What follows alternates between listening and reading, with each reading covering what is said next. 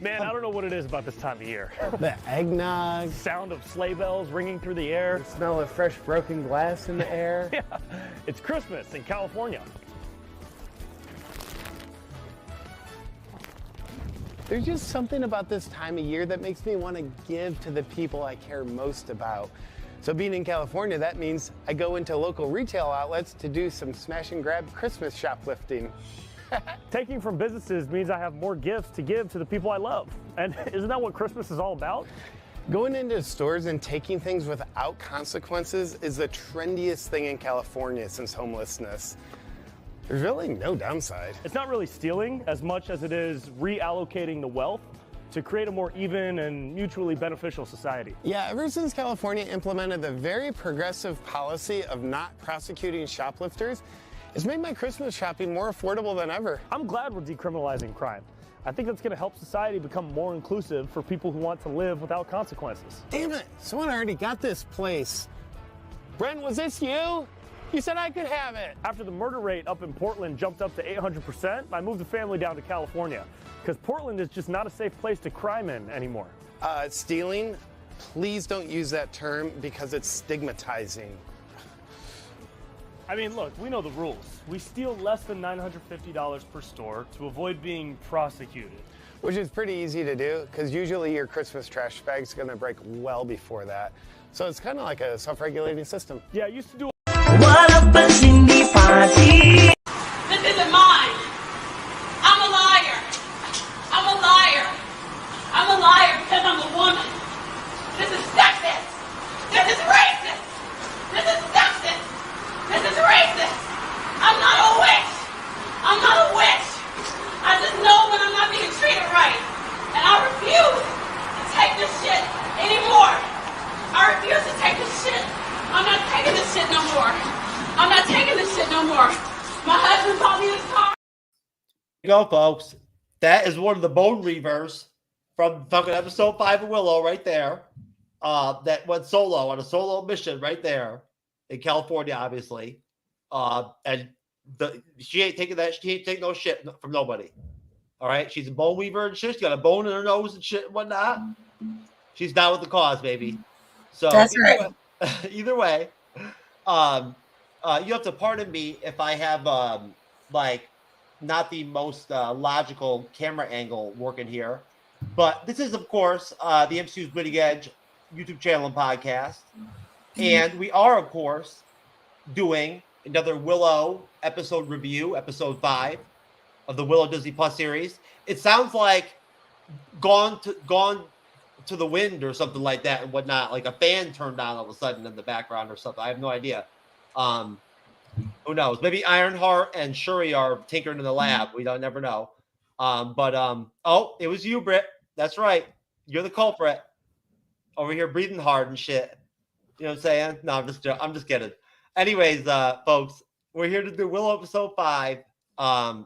As always, my co-host, my fellow brother of the Willow t-shirt, because Jazz decided not to wear her shit because she wanted to be a rebel tonight. Cyberneticshark, the veteran content creator YouTuber, is here on the panel. What up, Cyber? What's up? Are you ready to get after it on the panel tonight? I think we're gonna have a fucking lively, crazy fucking panel. I've got a feeling. Oh yeah, it'll be interesting to talk about this episode. That's right. There's right. some interesting little scenes that I found very funny in this episode. Me too. And you know what? As we all know, at the end of the day, our big saying at the MCU'S Bleeding Edge. Sometimes it may be good, sometimes it may be shit. That's how it is, baby. Very true. You know what I'm saying? Yep. There's good shit houses, and then there's bad shit houses. Yep. This is gonna be a good shit house. I can tell you right now. I can feel it. Right? We've already got fucking hurricane breathing winds and shit going on over here on Brit's end, audio wise and whatnot and shit. Anyways, no, I'm just kidding. So before I throw over to Brit and her whole like conjoined twin, sisterhood, sorority, deal going on over here, share her window and shit. We got Jazz back. Jasmine decided to grace us with her presence. Thank you, Jazz, for being on to do Willow episode 5 with us. It's good to see you.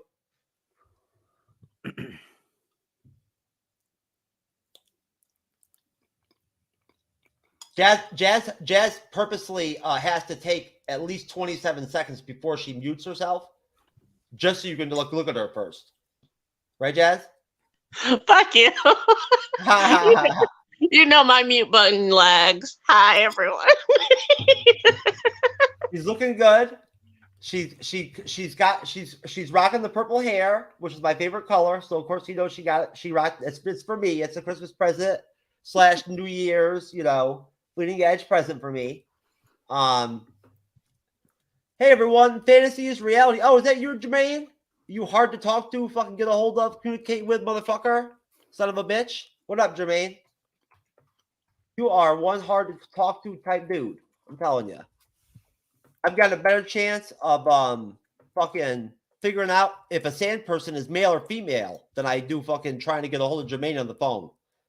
It's all good though, Jermaine. You know what I'm saying? Nobody can figure out the gender of the sand people anyway. So, you know, even Bill Nye, and he knows everything. But anyways, so we got Britt here. She's muted right now before she opens up the wind tunnel. No, just kidding, Britt. So it's Britt, my computer. Is that what it is? Yeah, we gotta talk about it after the show. Okay, all right. Or it could mean a long throat. You never know. I thought maybe you left your like a sex toy, like maybe you left a vibrator on or something. You know what I mean? Like, you know. No, we got to get up. We got the rolls now. Okay. Oh, okay. You know, I thought maybe that's what was Jeff, going on. I think you met your match with my mom. Oh no, okay. So of course, Britt decided, since episode 5 of the Willow series was already so magical and super exciting and Oscar nominated to begin with, that it would be wonderfully a great idea and gift to the Bleeding Edge to bring her mom on and whatnot. We've never had a fucking mom on before. This is some. We are setting records and shit over here, Cyber, on the Bleeding Edge, left and right here. We got a mom on here with a daughter and everything and whatnot, right? Hey. All we need all we need for the next step to get to the Howard Stern level and whatnot is just have a straight, like, random titty shot. You know what I'm saying? Mom! We're not the first person live streaming to have any of those things. So, I mean, in our style, yes, but there have been other people who have done. Oh, yeah. You know, it's about to be Mardi Gras season, so hey. Uh-oh. Don't fucking say hello to me, bitch. That's right. That's how Britt talked to me when I first talked to her on the phone, and she didn't know who I was. She was like, I told her my name was Jeff, and I don't know, there must be some kind of bad negative connotation with the name Jeff or whatever and whatnot, because that's exactly what Britt said to me. She's like, don't fucking talk to me, motherfucker. I'm like, oh shit. I didn't mean to. I thought I was just trying to contact Britt, Jermaine's friend. I didn't know I was calling Crenshaw or whatever and whatnot and shit real quick. My bad. She over here. No, I'm just kidding. Britt never did it to me. We had a great conversation our first. We talked for like an I hour. know. Don't even get me started, Britt. Let's not even talk about our unprofessional conversation we had earlier today. We can't be talking about that. All right. That's private. You know, that's only for Jasmine's ears. Right, Jazz? That's right. And Cyber's in the studio after the show. Anyways, please, Britt, go ahead and introduce yourself real quick. Give your mom a minute to go ahead and introduce herself and whatnot to the Bleeding Edge and whatnot. We love surprise guests. Hey, at least she watched Willow episode 5. It could have been worse. You could have showed up with fucking Kevin again. The fucking guy that showed up and never even watched the episode we were reviewing and whatnot on the show the one night. Who was that? I don't know. That was Kevin that we don't talk about. You're already better than Kevin. Yeah. So thank y'all so much for having me on the show. My name is Brittany Nicole. You can find me on Brittany Nicole on all social media.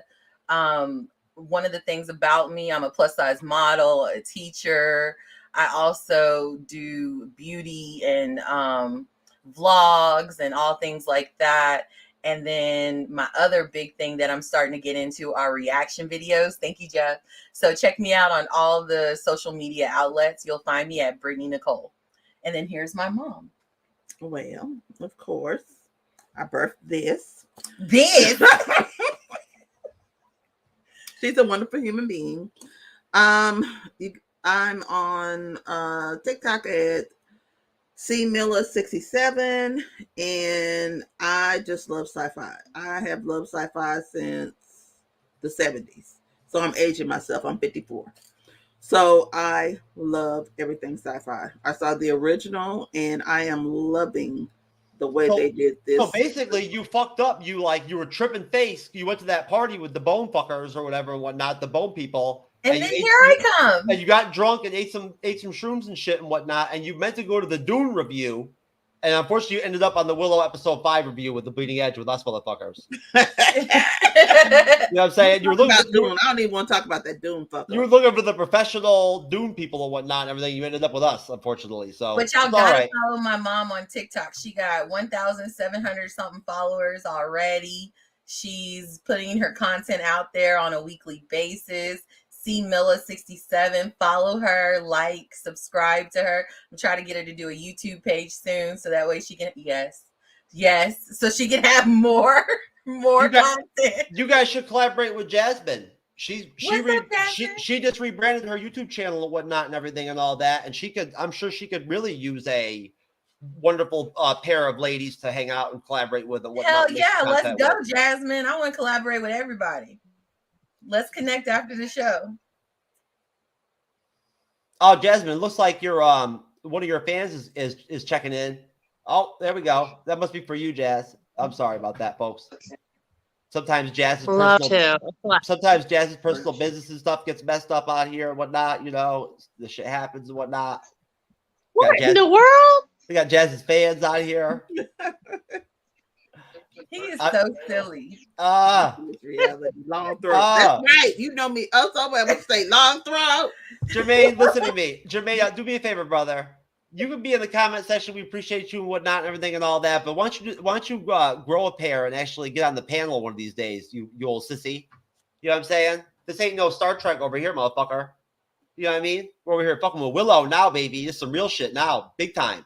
Willow got to pick up.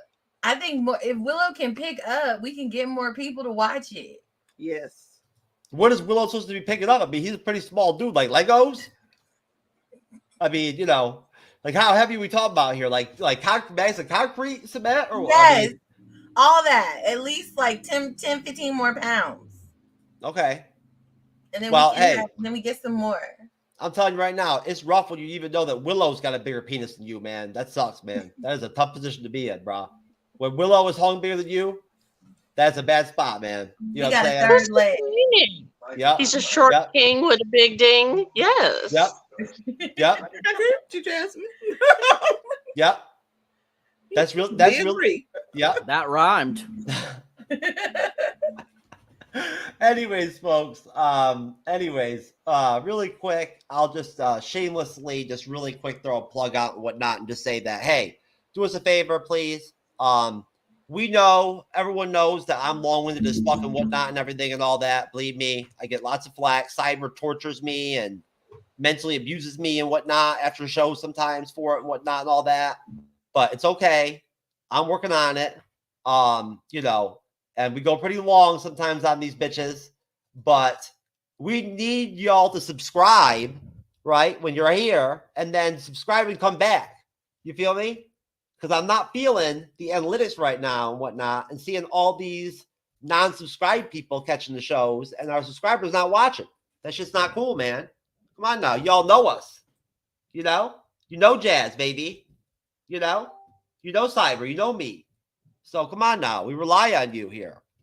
Either way, and I want to shout out really quick and just point out that I am doing Bandmade video reaction collaborations again on Bleeding Edge Reactions under the MCU'S Bleeding Edge on our playlist. I already did one with Britt. I did 2 with Jazz. Should have them out shortly. They're going to be dope as shit. They both really enjoyed Bandmade. I'd say Britt was a little bit more energetic. A little, but enthusiastic about Bandmade. But you know what though, Jazz? Honestly, I gave her a really good setup, like a really solid song to start with. So, but no, Jazz did a great job. Jazz did our reactions like a pro, like a boss.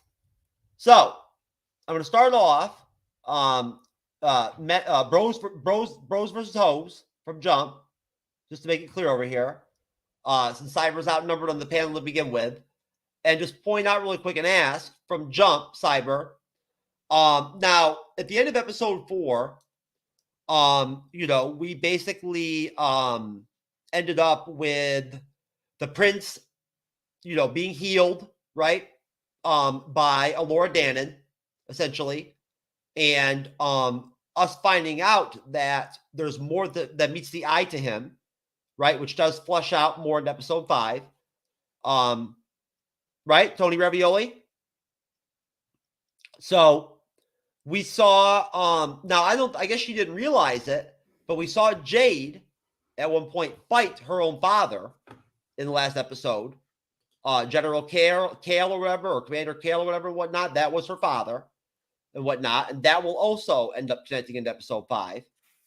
So at that point, Cyber, coming off of the episode 4, what were your expectations for episode 5?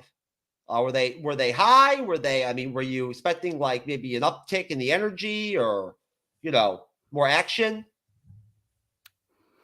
Honestly, I was not expecting anything. I was just moving with the flow with this series so far, and I wasn't expecting anything. I wasn't sure what they were going to do, if this was going to be like more kind of like material that teaches you about the character some more, or if it was going to be an action episode, or if it was going to be more of a comedic, a more romantic, I wasn't really like thinking too deeply into it. I just knew that I was looking forward to seeing more of the Willow universe. So I wasn't really expecting anything out of it. And let me tell you, I got some laughs out of it. DD Mega Doo-Doo. I'm sorry. That right there, folks, was funnier than anything that happened in the entire episode of Willow right there, just to be honest with you. I'm going to put it out there right now. That right there was funnier than anything I noticed really during the episode, to be honest with you. I think that, unfortunately, sadly, there's not a single actor or actress besides maybe the guy that plays Borman, right? Or Jade, Erin Kellyman. I don't know if Erin Kellyman can do humor, really. I don't know if she can or not.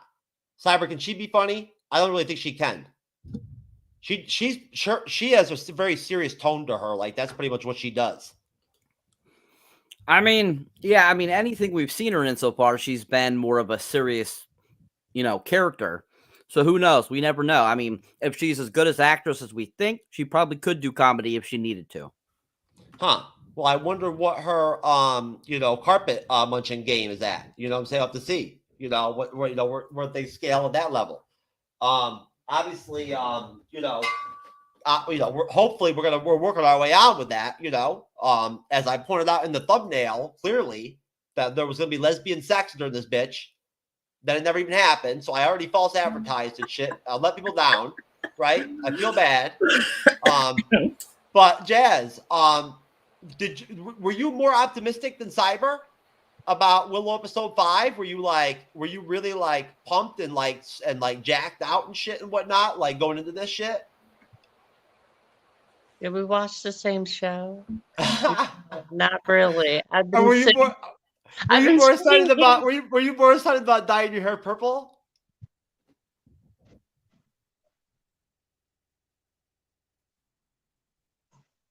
It's about the same. Okay. But honestly, I'm not that. I wasn't that. I think your hair looks better than. I think your hair looks better than episode 5 anyway. I do. The thirst is get quenched. It's real. It's real. Get quenched. No, go ahead. I'm sorry, sweetie. Go ahead. Tell me what your thoughts are. I'm just kidding. But I was pretty much on the fence, pretty much, because, like I said, it could go either way, and the episode happened. I got you, man. I hear you. It happened. I mean, you never know. I mean, there's one guarantee every episode, and that's that fucking cunt-faced Kit will be back, no matter what. She's coming. Who said I watched this show for her? I came here for Borman. Yes, fuck it up. Honestly, Jazz. Jafar could get it. with episode 5, you basically could have not even watched that shit and came on here and just pretended, and it would have worked out. You could have just talked some shit. You know what I'm saying? His name is Jafar. He came from afar. Oh, okay. yes, Jasmine. Talk your shit. Oh, God. Don't even get me started with Borman and his big dick and everything and all this other bullshit and whatnot. Yeah, I already knew this was going to end up going in that direction and shit and whatnot and everything. If Renee was here, she'd be talking about it already. Borman is so sexy. I guess. Yeah, I mean, I guess. You know what I'm saying? I mean, you know, hey. You wouldn't know. You wouldn't know. If you're different. If you get hot thinking about giving fucking Chewbacca head, then like I guess Borman is like fucking Borman is like the Brad Pitt of Willow, motherfucker. You know what I'm saying? Borman got big. No. Borman is the Ryan Reynolds of Willow. What? Cypher, you noticing? Ronald, are you noticing any connections with Ryan Reynolds? Universal. Are you noticing any connections between Borman and Ryan Reynolds these days? Yes. I mean, if you're talking about like being two attractive men, taller men, yeah, I get that. But I mean, they're completely two different types of, I think, men, because Borman's more of like that rugged look, whereas Ryan Reynolds is more of that like preppy look. So I can see a difference between that, but lengthwise and tall and like handsome type of men, I totally get that. No, Cyber. No. You are way off base. Sorry. No, Cyber. No. Ryan Reynolds is so sexy. It's just me. I did not realize how damn tall and big Borman was until this episode. I noticed the day he walked into my screen. Shut up, Jasmine. Shut up. I'm telling you right now. You make me laugh. Episode 1. Anyways, no, seriously, I don't know what it was, but something about the way they shot this episode, I just noticed him in some frames and some shots where I did not realize in scale versus other characters how damn girthy and like tall that motherfucker is. He's big. Oh, yes, girthy. That's right. He's almost got some barbarian like look to him and whatnot. Yes, he do. Yes, he do. Okay, he's my Conan.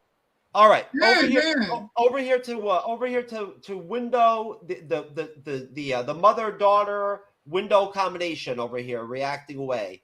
Okay, Mom, what are you thinking about? I thought it was going to be more of the lady pond scenes because they took that Jasmine really because they took that truth serum and the way it was just all set up to just have all these like everything that your heart imagined. But before it even started, Mom, what did you think about it? Like that's what he's asking. Like the very first thought you had about episode 5. Like were you dreading it? Like were you going into it like? Well, I never with these get too hyped because I guess that since of my age, I kind of like I give it a chance because I really want it to work. So I'm like, okay, let's set it up. I read all the books. Let's just have a setup, and it has really exceeded my expectations. I'm very impressed. Episode 5? No, I'm just talking about in general. I like it. I'm vibing with it. So it was like, basically it was like meeting a dude on a dating site and whatnot and having him actually nut in like a minute and 47 seconds from a BJ instead of 47 seconds. Hell yeah, you got it. There you go. Yeah, perfect. I got you. Britt, here you go. Okay, so my thoughts, Jasmine, close your mouth. My thoughts, Jasmine, you better close your mouth before Chewbacca pops around the corner.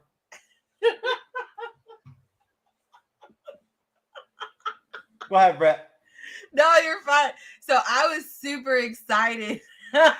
Jasmine is wild. I was super excited. I was like, oh man, from looking at it, I was like, this has to be way better than for episode 4. Because episode 4 was so slow. It was. I was like, I need episode 5 to be that shit. And it gave me what I wanted. Mm-hmm. It was a lot faster than what I've seen in the past. And so I was just like, oh, finally. Thank you. That's how I felt. I was like, chef kiss to episode 5. Okay. Okay, I'm about to go get us a drink and then I'm coming right back, y'all. Okay.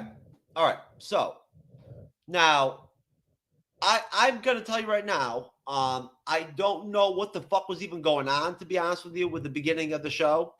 There was some shit going down. And essentially I labeled it as, well, let me make sure I understand this clearly. Where the hell did Prince Eric, that's spelled A-I-R-K for some stupid ass reason, where did he end up at? What was that city or that place or that plane he ended up in at the end of episode 4, guys? Where did he end up at? Where he's imprisoned or trapped?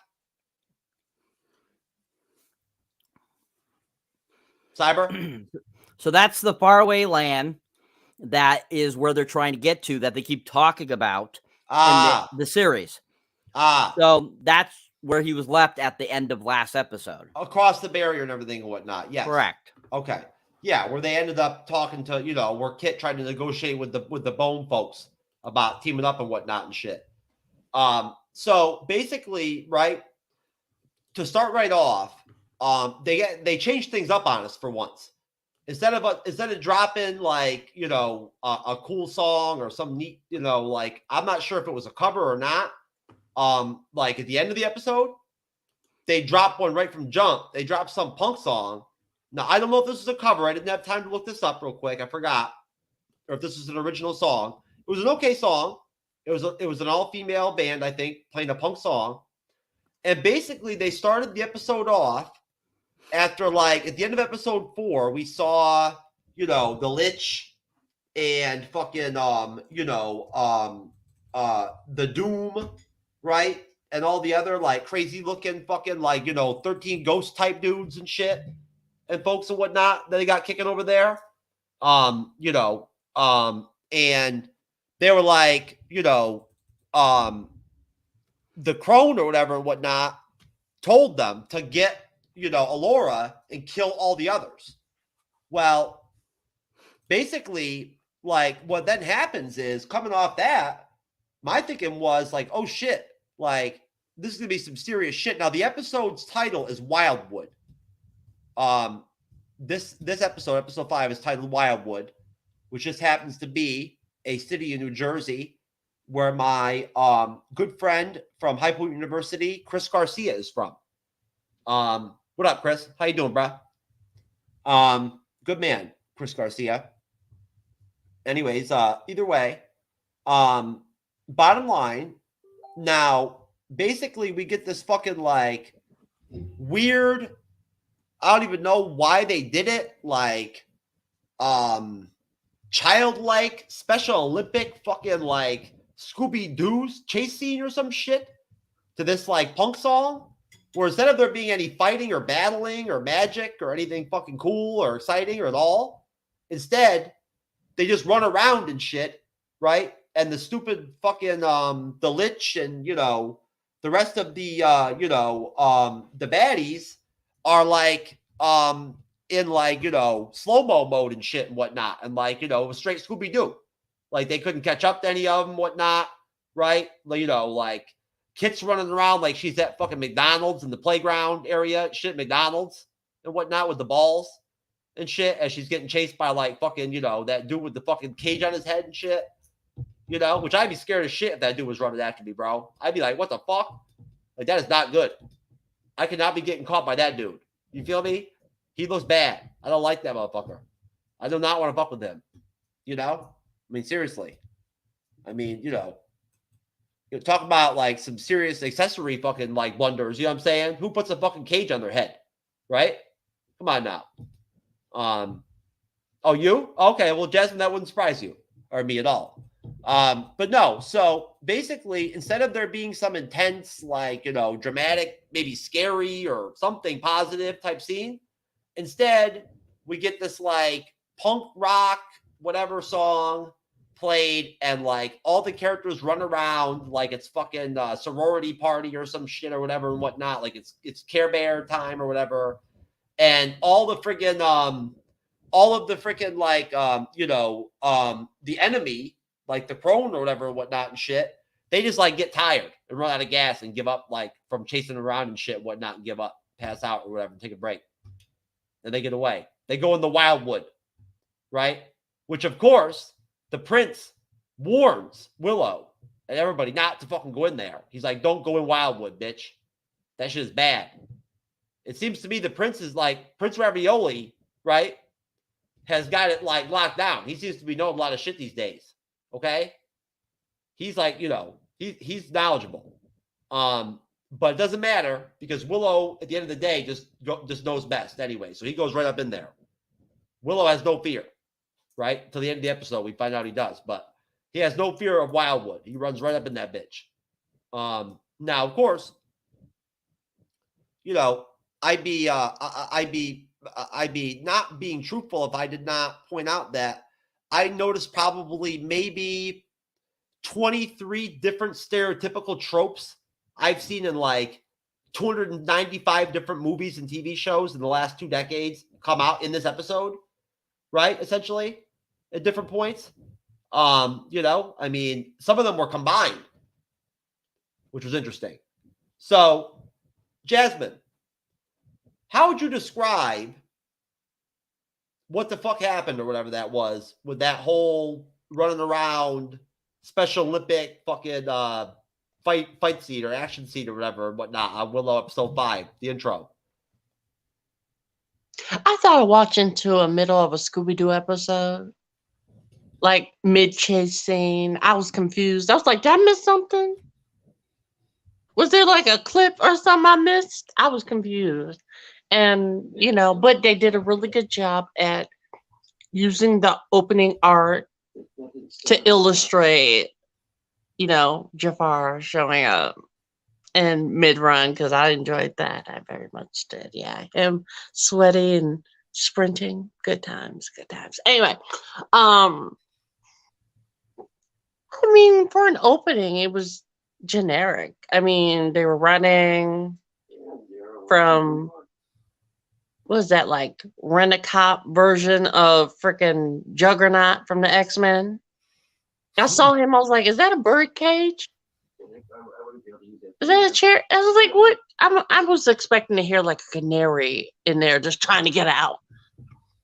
And he had like Rena boots on his arms or whatever. He just looked really, really stupid. And then he had Cheetah Man racing or whatever the hell. They're bone people. Is that what you're trying to call them? Bone people? The Bone Reavers. That's what that was? Well, they were the ones that popped up later on. Yeah, they were the ones that got. That's not what I got. They were the ones that found them in the woods. I'm talking about just what were your thoughts on the whole like punk scene and the Scooby-Doo run around scene and whatnot? And yeah, there was some weird thing chasing them outside of Birdcage Man. Oh yeah. No, there was what do you call it? No, their names are there's the voice you hear at the end of episode 4 is the Crone. That's the leader of the Gales. I know the voice. I said, who's the dude running with Birdcage Man? That would be the Lich, and also the Doom, and then the Dag. Why do these sound like slurs? I'm just kidding. But those are the fucking names, man. I swear to God, I'm telling you, I did not create them myself. Each one of them looked like you would find them lurking in a BDSM room. Yes. That's exactly what they look like. The creepy people at the family reunion. It was for an opening scene. It was pretty just bizarre. They look like they never like got over the movie 7, and like they're permanently in the 7 fan club, right? Like also do it like in a BDSM club too at the same time. Combined, right? And like, you know, I mean, Juggernaut could have got it, but still, anyway.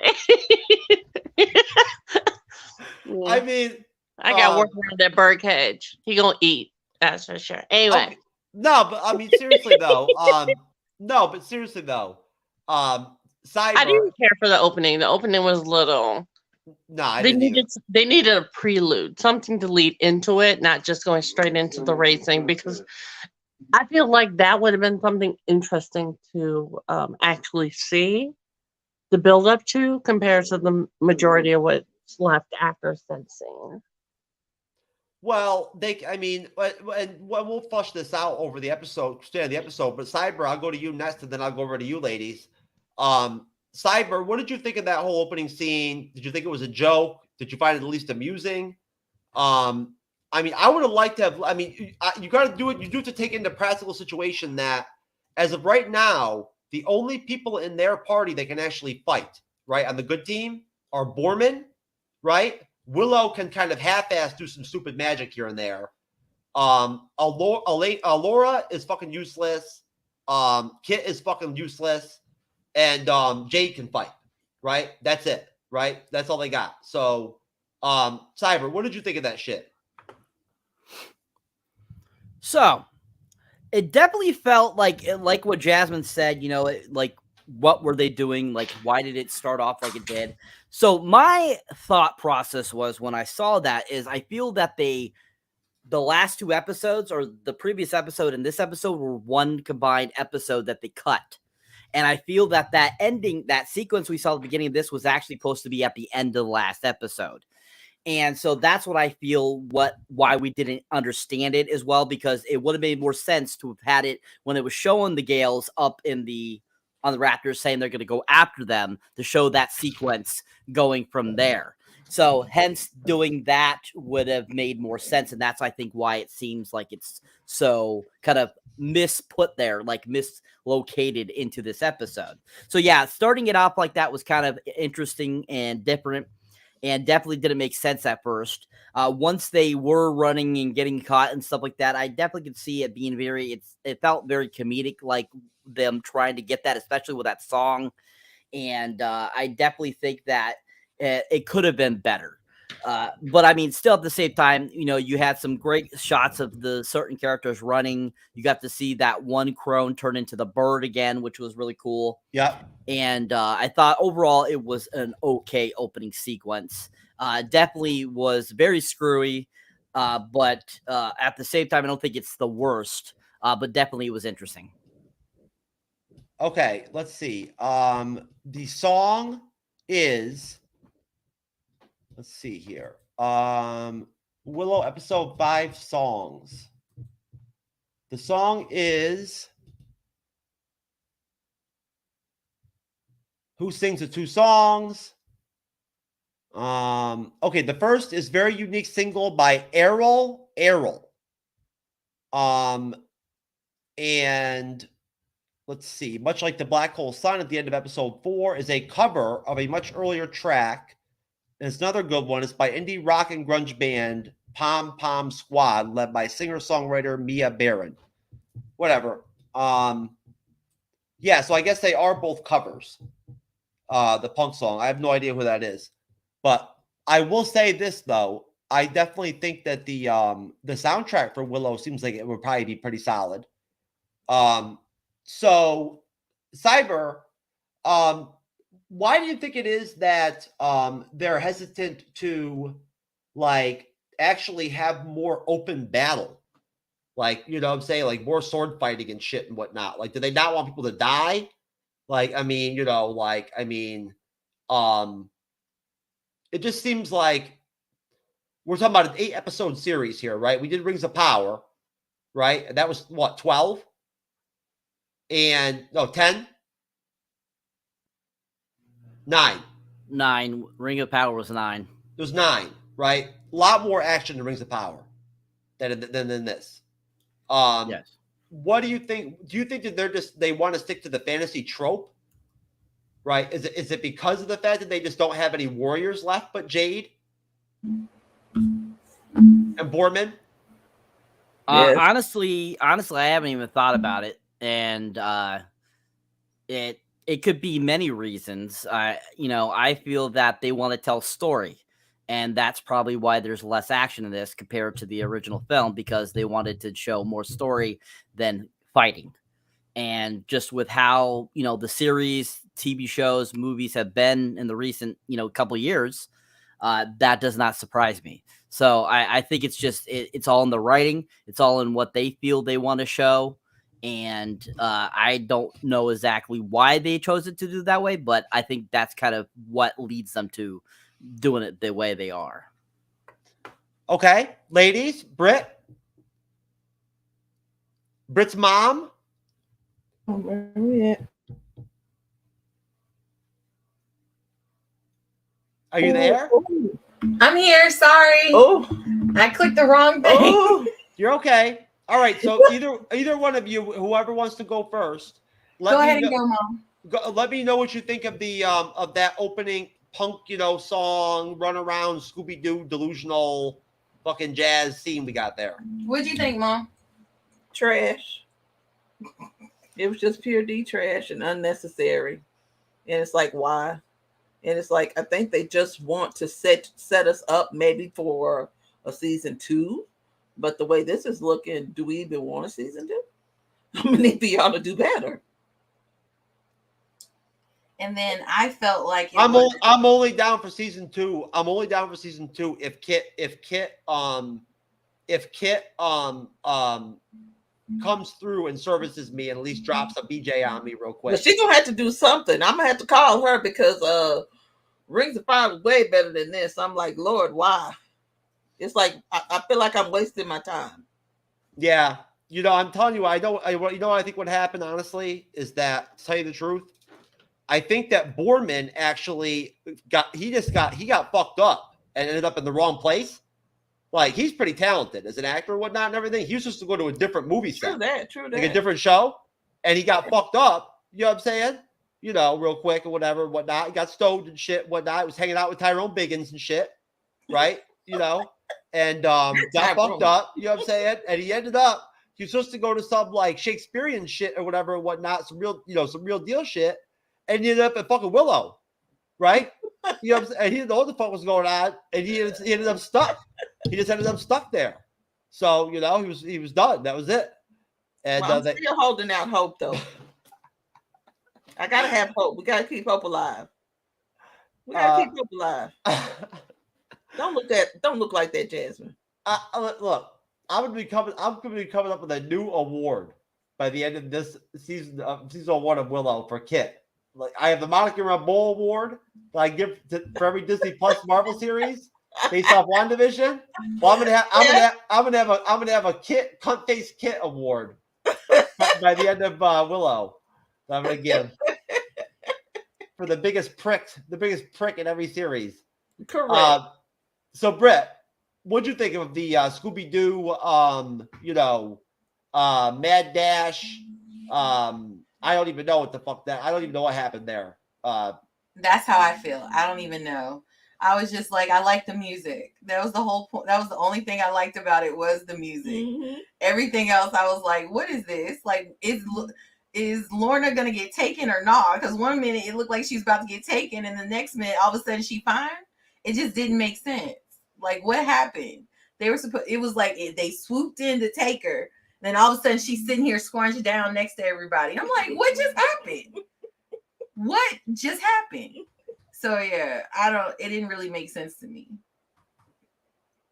Yeah, I mean, it was pretty fucking stupid. I mean, I'll be honest with you. I thought maybe it was possible that the director just decided to take a break for the opening part of the episode. You know what I'm saying? Exactly. And handed it off to Jar Jar. Jar Jar Binks stepped in real quick, right? He did the intro scene, directed that one real quick, and then then she came back. This guy wants to know if we want promotion of our channel, viewers, followers, views. No, we don't want that shit, man. No.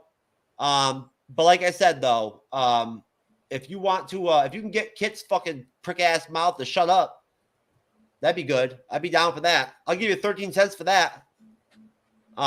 Let's see what we got here. The quality is guaranteed to be the best. Auto on. What the fuck does that even mean, man? Incredibly flexible and convenient order management panel. What is this shit? Are we like scheduling a fucking like sexual party here, or are we talking about content creation, or what are we doing here? Everything is in your hands. What? Turn it on. Whatever, man. I don't even know. It's called bots. It's called bots. Yeah, well, I like the bots better. Look, Paco Jizzy 10-inch dong hun. Look, I like my bots better when they just send me a link and say that they're going to give me a blowjob if I go to their fucking webcam or whatever, or their website. This shit is I don't like this new intellectual bot shit. This is not cool. I'm not down with all that. This is too far. This is above my pay grade. You know what I'm saying? I'm not trying to like have some kind of like marriage or romantic relationship with a bot and shit. You know? Come on now. Anyways, you bots, man, over here trying to get all fucking professional and shit and whatnot and serious all of a sudden. Keep it simple. Be a bot. Anyways, so Jazz, what did you think of them going into Wildwood? The title of the episode, for some reason. I don't know why, because all it was a stupid forest. Just like any forest I've ever seen anywhere. It was no different or whatever. It was just a forest. And the fucking bone people live in there. Like, other than that, it's a forest. So, I mean, basically, if I remember correctly, they run right in there, right? After Prince Ravioli tells them not to. And, of course, Prince Ravioli has a stereotypical running trope throughout the episode where he's like asking for advice from like any male figure he can find on how he can bang Alora Dannon. He wants to bang her, right? And if it was me, I would still take advantage of that situation with Kit, and I would try to make that work as a group thing personally and slip her in there too. But that's just me, I like to be practical and like logical and economical about that stuff. Why not? But either way, basically, as soon as they get into the woods, like before they even have time to really do anything or whatnot and everything, not that they do anything productive anyway or anything good would happen. Of course, the Bone Reavers show up, and they're like the best thing in the episode, right? I mean, they're like, at first I thought they were Greta Thunberg's like squad. You know what I'm saying? Was there a question somewhere in there? Yeah. So I was just saying, I thought they were. Yeah, question. I thought they were Team Greta at first. I did, but they pop in and no theses, please. No theses. Thank you. Like, what's the question? So they pop in, right, and right off the bat, immediately, overpower them. They're outnumbered, and basically, as they're grabbed, as they're taken, they're brought directly to the leader of the Bone Reavers, who is, of course, and I was definitely getting some Blair Witch vibes and shit going on too in the Wildwoods. I was too. Basically, we see. Oh, excuse me. I apologize. I almost forgot. There was another worthless, useless scene of Willow trying to teach magic to Alora too before that Bone Reavers came, but it was stupid anyway. So I didn't even think it was worth talking about.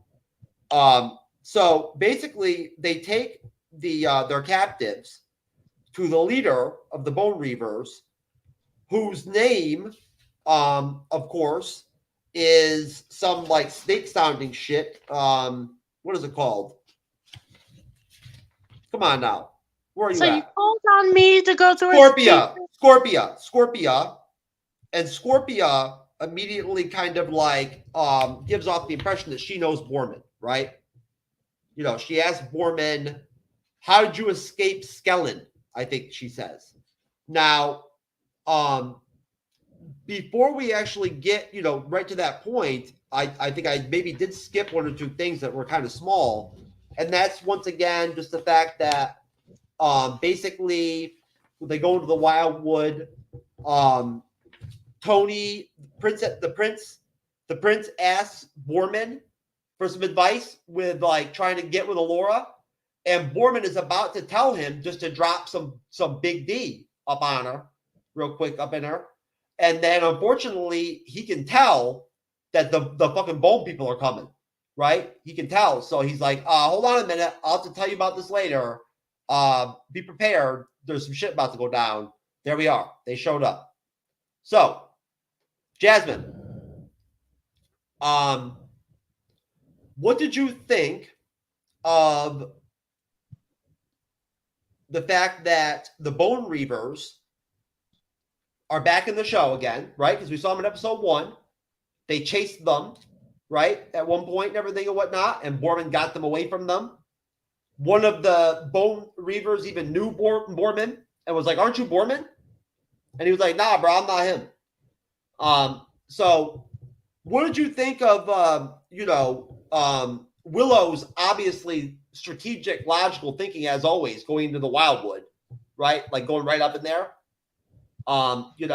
and besides that, what did you think of the amazing Oscar-nominated type scenes between Alora and Willow when they're together? Are they magic or what? Willow and who? Alora Dannon. You took.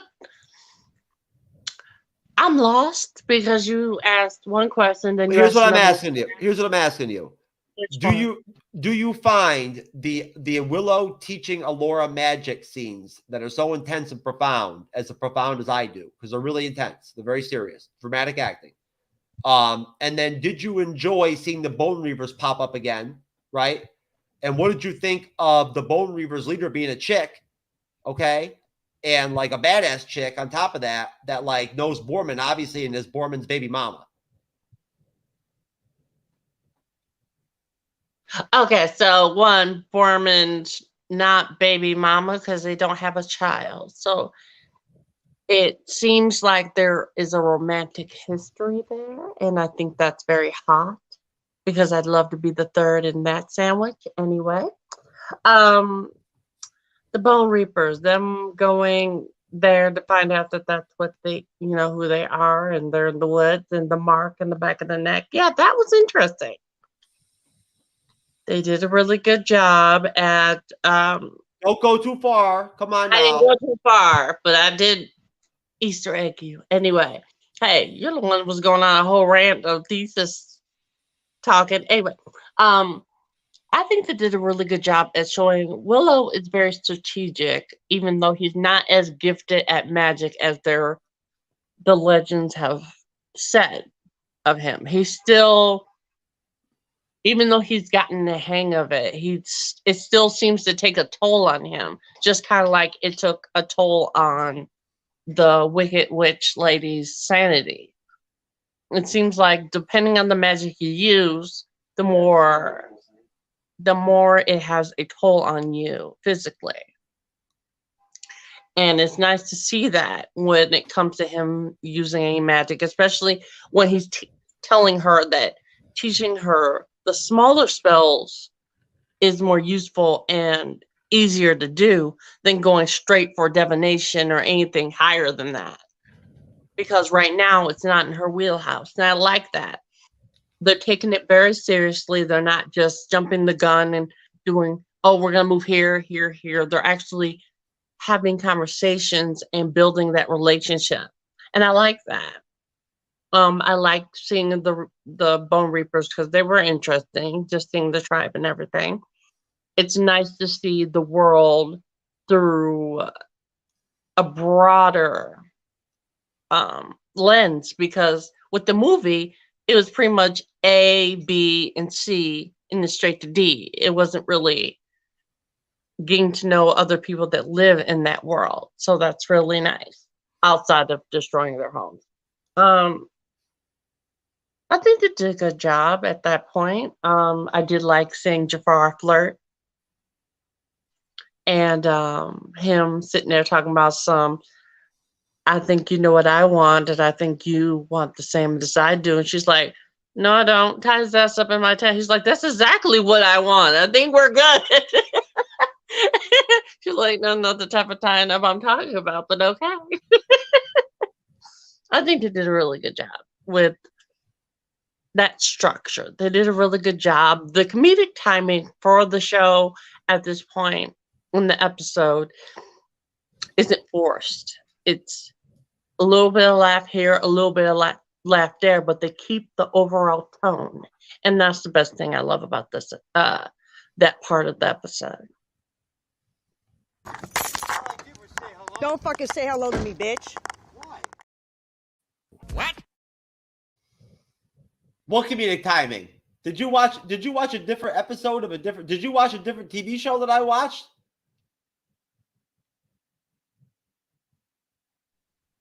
No, I watched the same one. I said, Okay. seeing that relationship was good. I said it was nice comedic timing in that part of the episode. I didn't say the whole episode was good. I said that part was nice. When you were kicking it with Chewbacca last night, okay? Did he have you smoking some of that fucking some of that Chewbacca, whatever the fuck that tree planet he's from? No, that wasn't what I was smoking. Oh, okay. All right. Okay. Well, obviously you're vocally able to speak and whatnot and everything. So at least Chewbacca left you like with that, right? So I speak one language and it's anyways, Cyber, my friend. Now, I got to be honest with you. I don't know what Jazz is talking about. I think it's sweet that she likes the relationship between Willow and Laura Dannon and everything and whatnot. And I guess it is cute. But I'm finding that nothing really productive is coming out of his training with her. Like, it doesn't really seem like anything's even coming out of it. And like, again, am I the only one that's not noticing that none of these one-on-one dynamics they have in the series where they try to pair people up during certain scenes, none of them work. She grew a whole bush. What do you mean? I know, but none of them have any really good chemistry that's exciting or like fun or. You're not trying to fuck. She's a child. I didn't say that. Anyway. Chemistry. I got your chemistry. Cyber. How would you describe the magic training sessions and whatnot with Alora and Willow? Well, I think they're trying to represent what happened in the original film, where if you ever noticed, whenever Willow was trying to be taught something, he had a lot of difficulties trying to do it. He never really produced it until the very end when he had to destroy Sorce's mother, Bab Morta. That's when he kind of came into it. And I think that's kind of what they're doing with these sequences with Laura Dannon and him, is they're trying to give you kind of like Willow's trying to teach her, but it doesn't seem like she's getting it. But as the episode goes along, or as the series has gone along, we've seen other things happen that, that came naturally because she's a Laura Dannon. Hence the bush growing. Hence her in this episode, we'll find out she's able to do something else. I feel that they're trying to copy that from the movie and give you like, oh, it seems pointless for Laura Dannon to learn this, but at the end of this, she's going to be this powerful master that they're saying she is.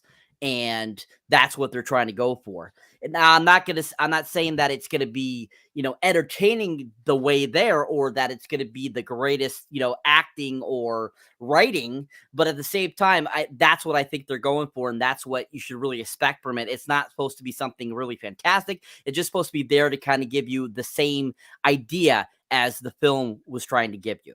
Got you. Now that makes sense. Now that I can connect with and that I understand. Now, I certainly understand them wanting to try to maintain as many connections as they can with the original film, which is tough when you're talking about 3 decades in between, almost, from like series to show to movie, and you've got 34 years.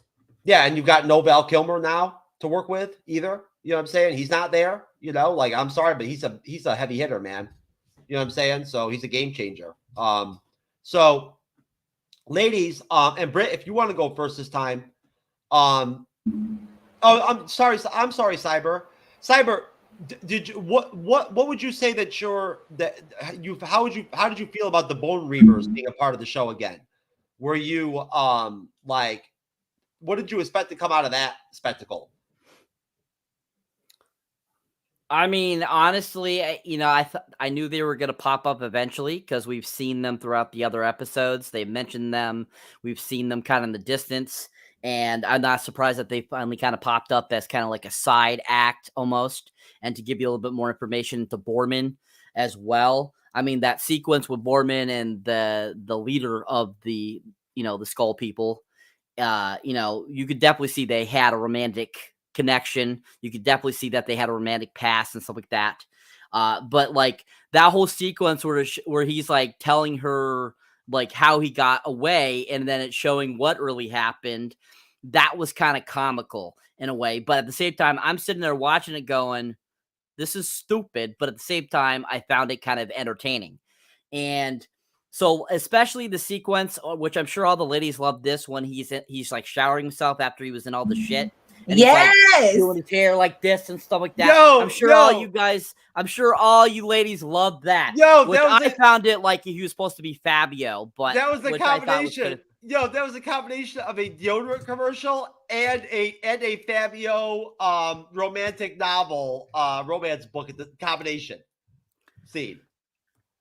So yeah, so at that time, as soon as that scene popped up, I'm like, what the fuck am I watching? And at the same time, I'm like, this is funny at the same time, because this is just so stupid. But at the same time, I thought that it was a nice little more treat into Borman's character, giving him a little bit more, kind of context of who he is. And I enjoyed that part of it and them giving him more. So I thought that sequence was kind of comical in a sense. In that kind of stupid, dumb way, but at the same time, it was nice to see them do that. But yeah, definitely, I thought it was interesting that they gave the Skull people a little bit more of a time in this episode. I definitely found that kind of interesting, but at the same time, I'm not shocked by it. And it was nice to kind of get to know some other characters from the Willow universe. Where the fuck? I mean, who the fuck is in charge of the sequencing of these episodes, man? Like, do they have fucking Tyrone Biggins running the schedule of this shit or what? Like, I mean, what the fuck is going on here? Like, you know what I'm saying? I mean, some of this shit is fucking out there, man.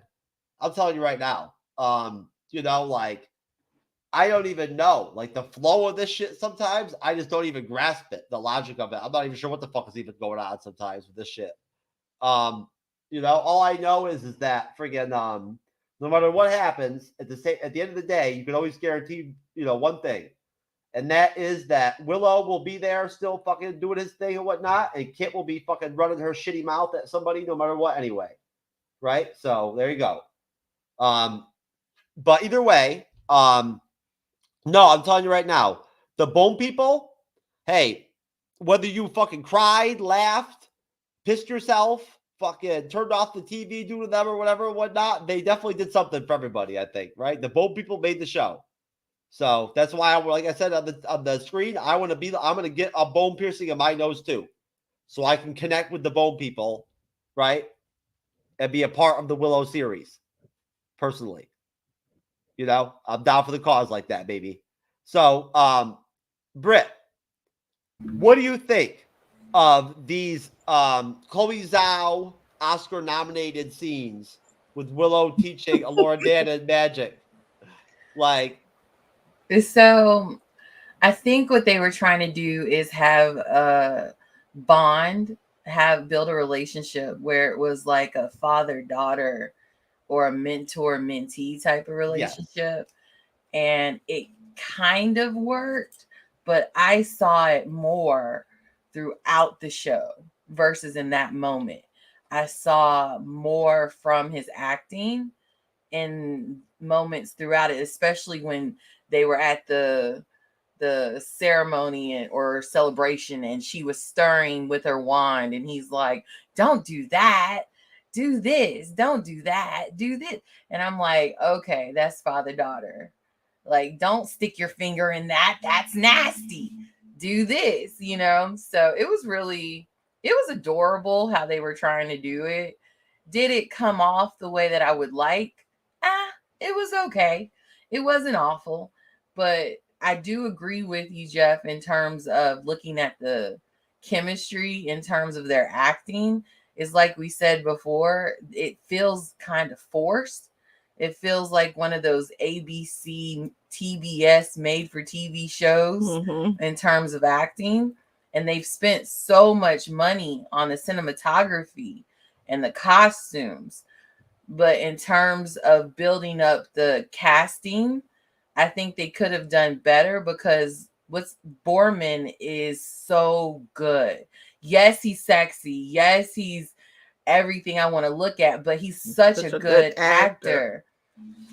And I feel like he doesn't have, I feel like he doesn't have the cast support among him in order to carry it all himself. Like Willow is doing a good job, right? Borman's doing a good job, but it can't just be Borman as the comedic relief carrying the whole show. It's not going to work. But I noticed myself getting the most like fulfillment when I see him in a scene, besides the handsome part. I don't mean to cut you off, but see, I still to this point don't feel like that's exactly what they want to do with him.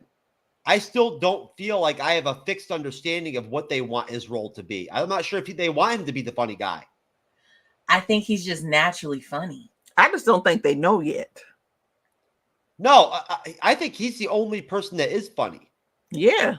He's the only funny person. Yeah. No, I mean, Willow's not funny. Warwick Davis, I mean, he's a good actor. I like him as Willow, but is he funny or humorous at all? No. He's not. None of them are. At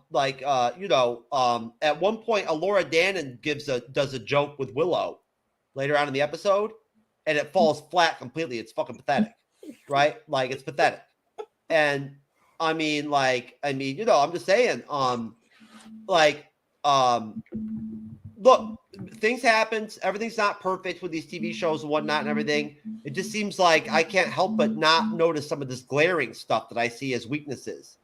And a lot of that, does have to do with the casting, I think.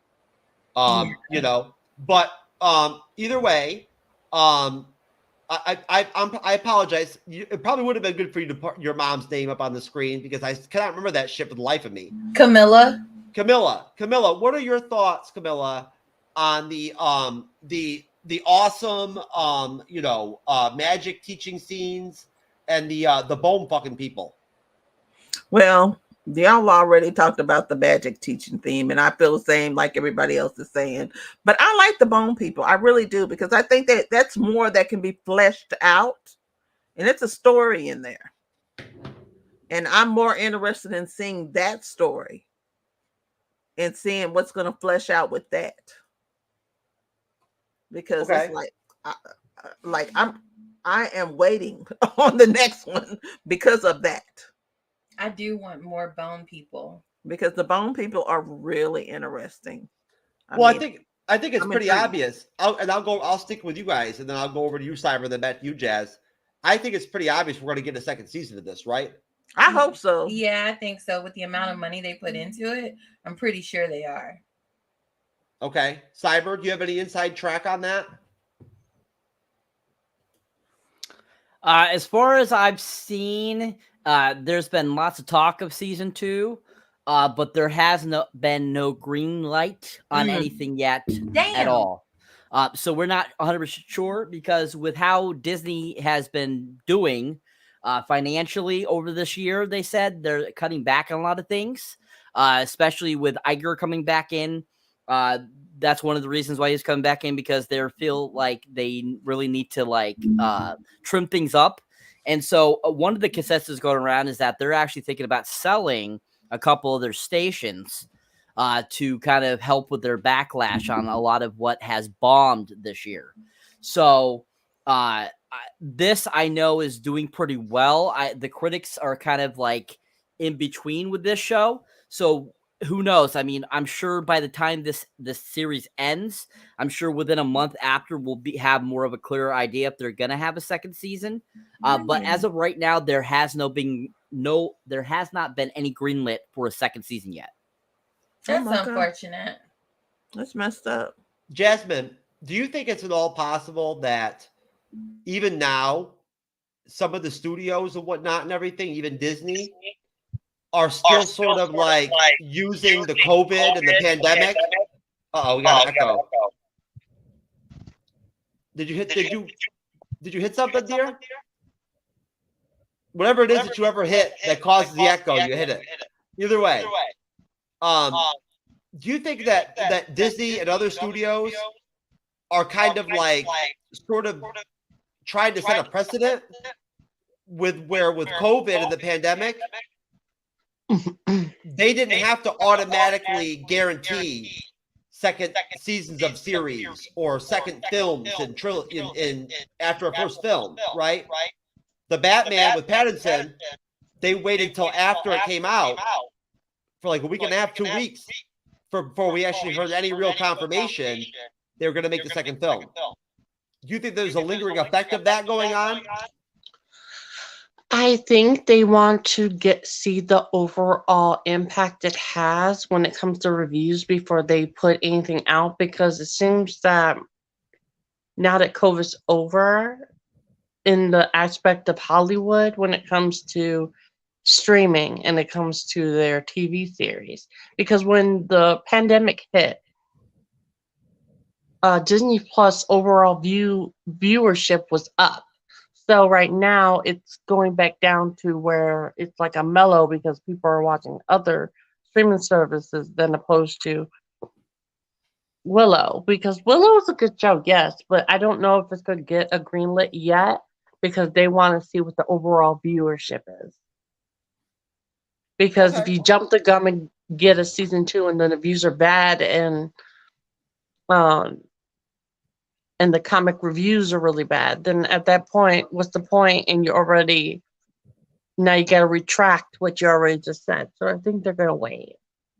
So there's no more COVID in Hollywood? They got rid of it completely?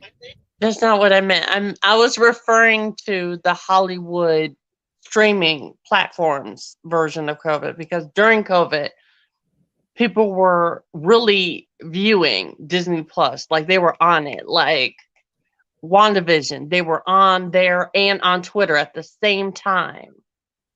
Falcon Winter Soldier, they were on Twitter. And like, you can tell the difference between COVID streaming and post-COVID streaming. Well, can you tell? Because even though COVID's still here, the streaming isn't the same. Can you tell the difference between COVID and a Wookiee tree STD? You know, like a fucking Chewbacca STD? Like, I mean, maybe, if there's no COVID over there, maybe it's really? Chewbacca. You made me drop my phone. I can't with you. Tree STD? What the hell? Chewbacca. It's called ants. It's not STD.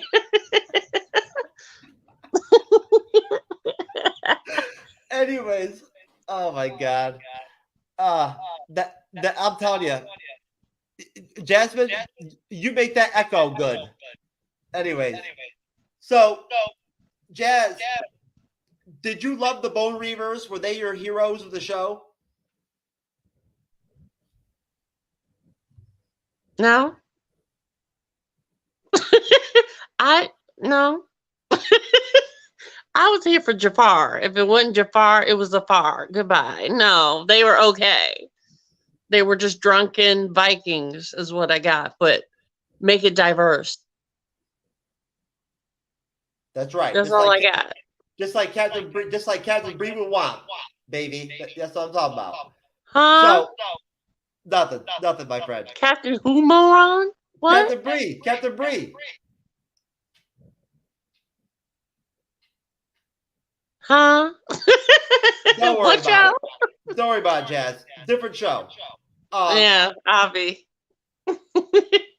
Anyways, see, tell Chewbacca to play with your audio settings real quick and see if you can get rid of that echo. He's good at that shit. I saw him. He's very. Is there an echo? Yeah. There is. Here, let me see. So, basically, from there, I mean, things are very simple. The rest of the episode is very, very, very simple. Nothing really all that crazy happens. Essentially, what a shock. The Bone Reavers, right? After essentially kind of coming off like they're badasses and whatnot and everything and looking all tough and shit.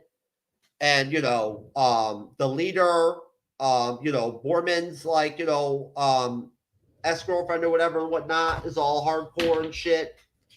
And essentially, of course, throughout the whole time still, the prince is still asking people, he even asked Willow about how he can try to bang Alora Dannon. And Willow is like, hey, you need to focus on, like, stay on task, man. You know what I'm saying? And if you're going to fuck with that shit, make sure you get a medieval prophylactic, right? Don't be fucking around here, okay? You know, so keep it safe, keep it real. So anyways, bottom line, we get when we get Scorpia taking Borman to her tent, we get the Borman like commercial scene where it's like legit. It reminds me of like the world's most interesting man, like fucking commercials and shit and whatnot. Like that's what it was like, combined with like a fucking like a shampoo commercial and a romantic novel, all combined, right? And a nude Borman, which was friggin' intense. He's a big dude. And you know, at that point, when Scorpia has all of the rest of the squad, the team, kind of like, you know, held, she separates Jade, like individually, as like take her away or whatever, whatnot and shit. And I'm like, oh, okay, right? I'm seeing where this is gonna go. Like, you know, I do the same thing. They're gonna put Jade in a closet. You know what I'm saying? You know, and work her out real quick. You know what I'm saying? So, you know, either way, you know, Borman had his flashback to his deodorant commercial moment, and you know, Scorpia ends up asking Borman some actual serious, tangible questions. Like she doesn't really know what's been going on in like Terazla or whatever in like the last 20 years or whatever and whatnot. Like she's asking about Mad Mardigan and whatnot and everything and whatnot. Is he alive? Like where's he at? Right. So obviously, like Borman and this Scorpia chick have known each other for a long time. And so basically, Willow finds those fucking tiny dudes from the first Willow film, right? I have their names written down, of course. The little dudes. Brownies. Ah, yes. Yeah, and they are, what are their names? They are, shit. There was only one of them anyway. You only need one name. Ganoush and Rule. Ganoush and Rule. I don't think that was Ganoush and Rule, but that was Rule. So he bumps into Rule, right? That was actually funny. I like Rule. He's funny. I do find him funny. He was funny in the first movie. I like that. But he tells Willow basically that like he doesn't need his help because he's got the prince. And the prince has got the goods, right? He's got the answers and shit and whatnot. He's a stand-up guy. So, you know, then we get like, you know, basically your total stereotypical out of fucking nowhere, in the middle of nowhere, fucking bone people party or whatever and shit, right? Where everybody's fucked up and drinking and shit all of a sudden and happy, right? Kicking it and whatnot.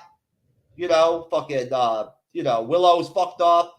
Of course, fucking, you know, Kit, like, you know, the badass and whatnot and all that, like, drinks Mubaku under the table and shit real quick, you know, like, you know, straight up fucking drinks them under the table. What a shock that Kit would do that. And she didn't even seem drunk. She was sober afterwards. He fell down and shit. Anyway, so either way, you know, Laura Dannon takes some mushrooms and shit, right? I think she's the only one I think that actually trips. I can't think of any other ones that do. I'm not sure what the fuck. I think Willow was just drinking and smoking weed for the most part. Oh, so anyways, I apologize. And so basically we get like, you know, I mean, out of nowhere, all of a sudden the bone people become like the rebels of like Star Wars, of like Andor and shit. Like, you know, Scorpia starts talking about how they're the rebels and they're the real people and they're ready for peace and all this shit and whatnot and yada yada yada. So, going to you, Britt, and going to you, Britt's mom. What did you think of the random fucking like, you know, played out. It's happened 17,000 times. Party that happened out of nowhere with the bone people, right? Like they were buddies all of a sudden and shit, whatnot. They're kicking it, having a cake party and shit, doing drugs. You talking to the two Louisianans, really? Yeah, yeah. We loved it. I loved every minute of it. You know, we Okay. were recording. I was like, yes. What did you think? What did you think of Borman's deodorant shampoo commercial flashback? Yes, Yes, I loved it. Yes, it wanted that whole body roll. Oh, like body roll, baby. Body So roll. on me. Woo! That was all you took out of it? Was just the fucking part where he was naked? Like, there was like. That's all right. My husband had a wonderful night. That's all that matters. I'm telling you, Cyber. I thought it was just the young people that had the short attention spans and shit and whatnot. But I guess it's affecting the fucking older people too, man. Look, I am seasoned, not older. Anyways, so what else were your thoughts on the party and the fact that basically you know, Kit is somehow so fucking stupid and like naive and dumb that she doesn't grasp that Jade wants to fucking bang her or like get with her and whatnot and get nasty with her? Like, how does she knows? That's frustrating me. Just go ahead and go into the lay pond and leave us alone with that, okay? We're back to on him in the shower scene. That was a side note that didn't need to even be in there. I feel like Kit has an issue with coming to grasp with her emotions. Mm-hmm. And she has this real strong masculine energy and this wall that she put up that she doesn't want to take down. Now, why that is, I'm not sure, but I could see that from episode 1 all the way till now. She has this wall and she doesn't want to take this wall down.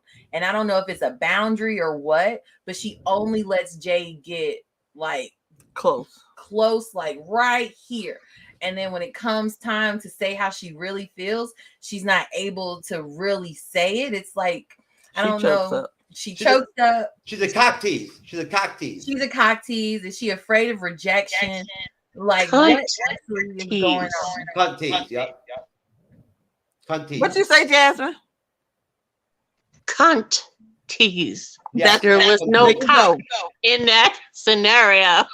Because when she was you know laying somebody on top of her in season, on the first episode, when she was on top of her, and you did nothing then? Really, man? Oh, yeah. Oh, yeah. I'm a whore. I would have. Episode 1. Whoever Jazz, whoever it was, or you girls, whoever changed something with your audio settings in like the last 10 minutes that made me start echoing, try to figure out what it was and try to change it back if you can. But no, is it possible at all? Oh shit, I didn't tell Jazz. That makes sense. Jazz just dropped out to come back on. So is it possible at all that well, I can tell you one thing. Shit. The only time I actually got excited in the episode and shit and whatnot was not during the party. It was when it was when Borman's ex-girlfriend was like her sister. Take that chick back to my hut. Or whatever. Take her sister back to the hut. Take her sister back to her hut. No, she didn't say sister. She said take her back to my fucking house or my shit. Yeah. Whatever, whatnot. I thought because she was saw the mark. I thought she was gonna slave her ass. I thought she was gonna slave her out, man. You know what I'm saying? She had saw the mark. Nah, well, hey, I didn't know that. Get your mind out together. Get your mind out together. Hey, I didn't know about the mark. All I knew was somebody was actually being masculine and like wanting to do some shit all of a sudden and whatnot. It seemed legit to me. I was like, yeah, okay, good. You're such a man. She saw the mark. What a shot! Are you serious, Jasmine? I'm such a man. Oh my god, can you believe it? I am. She saw the mark, so that's what happened. Literally, she went like. And I raised my own daughter, who is now bisexual and leans towards women. So what does that tell you about what kind of father I am? You're a great father. That's what that tells you. There you go. You being such a man does not dictate fathership. It dictates your mindset when it comes to scenes with these characters, apparently. Well, either way, as I just dropped my fucking good thing I squeezed most of this out of there because I broke that bitch. That's actually a syringe right there. Those are actually pretty expensive. But either way, Jazz, just to be clear, I don't want to own women at all. I only like to control in the bedroom. Outside of the bedroom, I want nothing to do with it. I don't believe in it. So I believe in equality. I do. Right? Most definitely. If anything, believe it or not, I align myself with the original feminist movement. Like I will proudly call myself one of those male feminists. Those feminists that actually stood for something. Not fucking, not standing for something like causing me to be watching Wakanda Forever and thinking that Ironheart's going to create a baby with fucking Suri out of the fucking lab, out of nowhere, without a man and shit and whatnot. And I'm thinking that's going to happen. So either way, so basically, was the bone fucking people party deal and whatnot like the highlight of the episode, ladies? Yes. Yes. They had edibles and everything else. Oh my God, it was wonderful. Was Willow even funny when he was fucked up? Yeah, a little Yes, bit. he was a little. His little bitty legs was in the air when he was laughing. He was funny. Yeah, he seemed pretty funny. He definitely looked like he was smoking some weed. That's what I'm thinking was going on. I liked how they had the drinking game with Kit and the other guy, and how she was drinking. That was fun. There was Mbaku from Wakanda Forever. She outdrank him. And then I liked how Lorna was helping the guy. What's his name? Lori? Is that his name? Lori? The guy that she was helping cook. Oh, yeah. And he showed his little sensitive side. I like that part. Mm-hmm. That was cute. That was nice. Yep. I liked it when the prince asked the Bone Reapers for advice on that was funny. Alora, and they're like women like beards or some shit. That was Get you a beard. There you go. That was funny. But that was really it. That was like the main thing. And then it was over. So basically, Cyber, if you were living in the fucking Willow dimension and whatnot with the bone people and shit and whatnot, you'd be getting all kinds of pussy. Cyber be getting all the women. Cyber had the beard. Cyber would be getting it on. Cyber would have a harem. Cyber, we need to have you do one of those flashback scenes where you do like the whole romance novel / deodorant. So I have to get into a container full of shit and then wash myself all off and then go to a bar drinking with lots of ladies around me, then fall down and from drinking, and then all of a sudden show up, get taken by Sorsha, and then released to go on a quest. Okay, yeah, I'll work on that. Yes, all of that, Cyber. Woo! And just me, or was there no other women in the Bone Reavers but the Scorpia chick or whatever, whatnot? Where were all the other chicks, man? Were they all just dudes? No, there was chicks. They were there. They were there dancing with them and stuff like that when they started the partying. I see. Okay. I was about to say, is this like some big circle jerk type deal going on here, or what? Like, what's going on here? So, Jazz, was the party with the fucking bone people the highlight of episode 5? No. I can't wait to hear this. Jafar washing his body was the best point in this episode. Watching him run for his life was the best point of this episode. Him being upset that he may have lost something in the last episode was the best point of this episode. His existence is the best point of this episode. Him being kinky and like being tied up is the best point in this episode.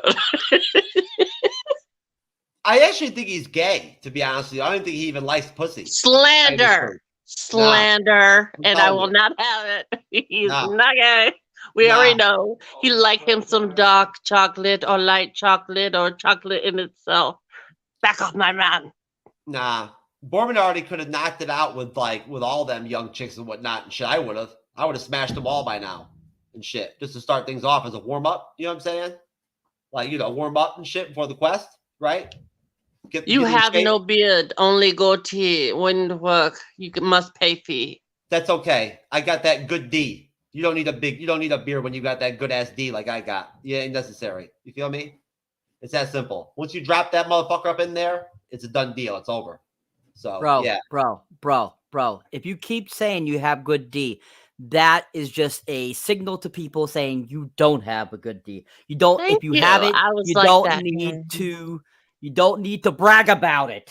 Yeah, it's You're like right, mild salad dressing. After a while, Cyber. it's just flat. You're right. That is me crying inside because of my my insecure masculinity right there. So just to be clear, I really, I don't have good D. It has nothing to do with that. It has nothing to do with that. Just you don't need to brag about it if you got it. That's all it is. That's all it is, bro. Okay, brother. Thank you very much. Anyways, so Jasmine, what do you think about the fact that Kit somehow amazingly does not grasp that Jade has romantic interest in her and whatnot and everything after all their sparring and shit and whatnot, and Jade fondling her and all that, like letting her beat her and whatnot and all that crap, and then did you actually on a serious level, did you find the party scene and whatnot fun? Was it cool? Oh, there's the echo back. Jazz, you're doing it on purpose, aren't you? I didn't do anything. It's like the website glitches and then I have an echo. I watch She-Hulk. it. I blame She-Hulk. Leave that woman alone.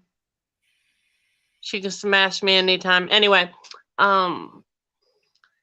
basically, the party was cool. I liked watching them. The drinking game was my favorite part of that party. Watching Kit and her redheaded girl try to have that conversation that, oh, I didn't know she liked me. Yeah, girl, you know.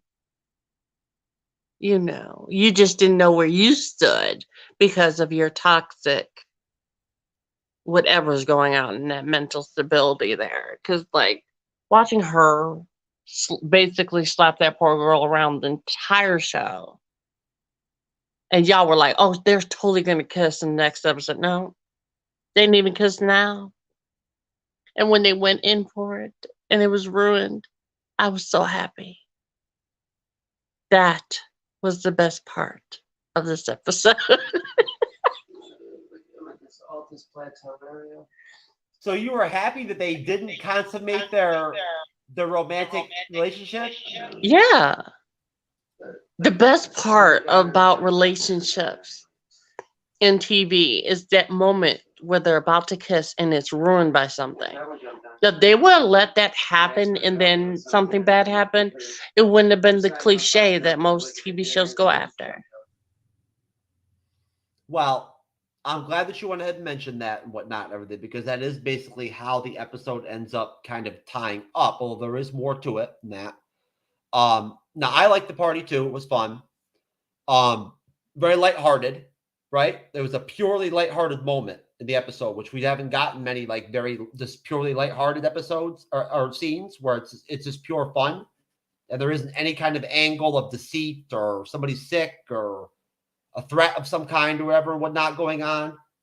I felt like it's unfortunate that the Prince, Graydon, he kind of stepped back in this episode. He went from having a really important role in the 4th episode to in this one, he was just kind of there just to ask for scraps of advice to try to get with Allura.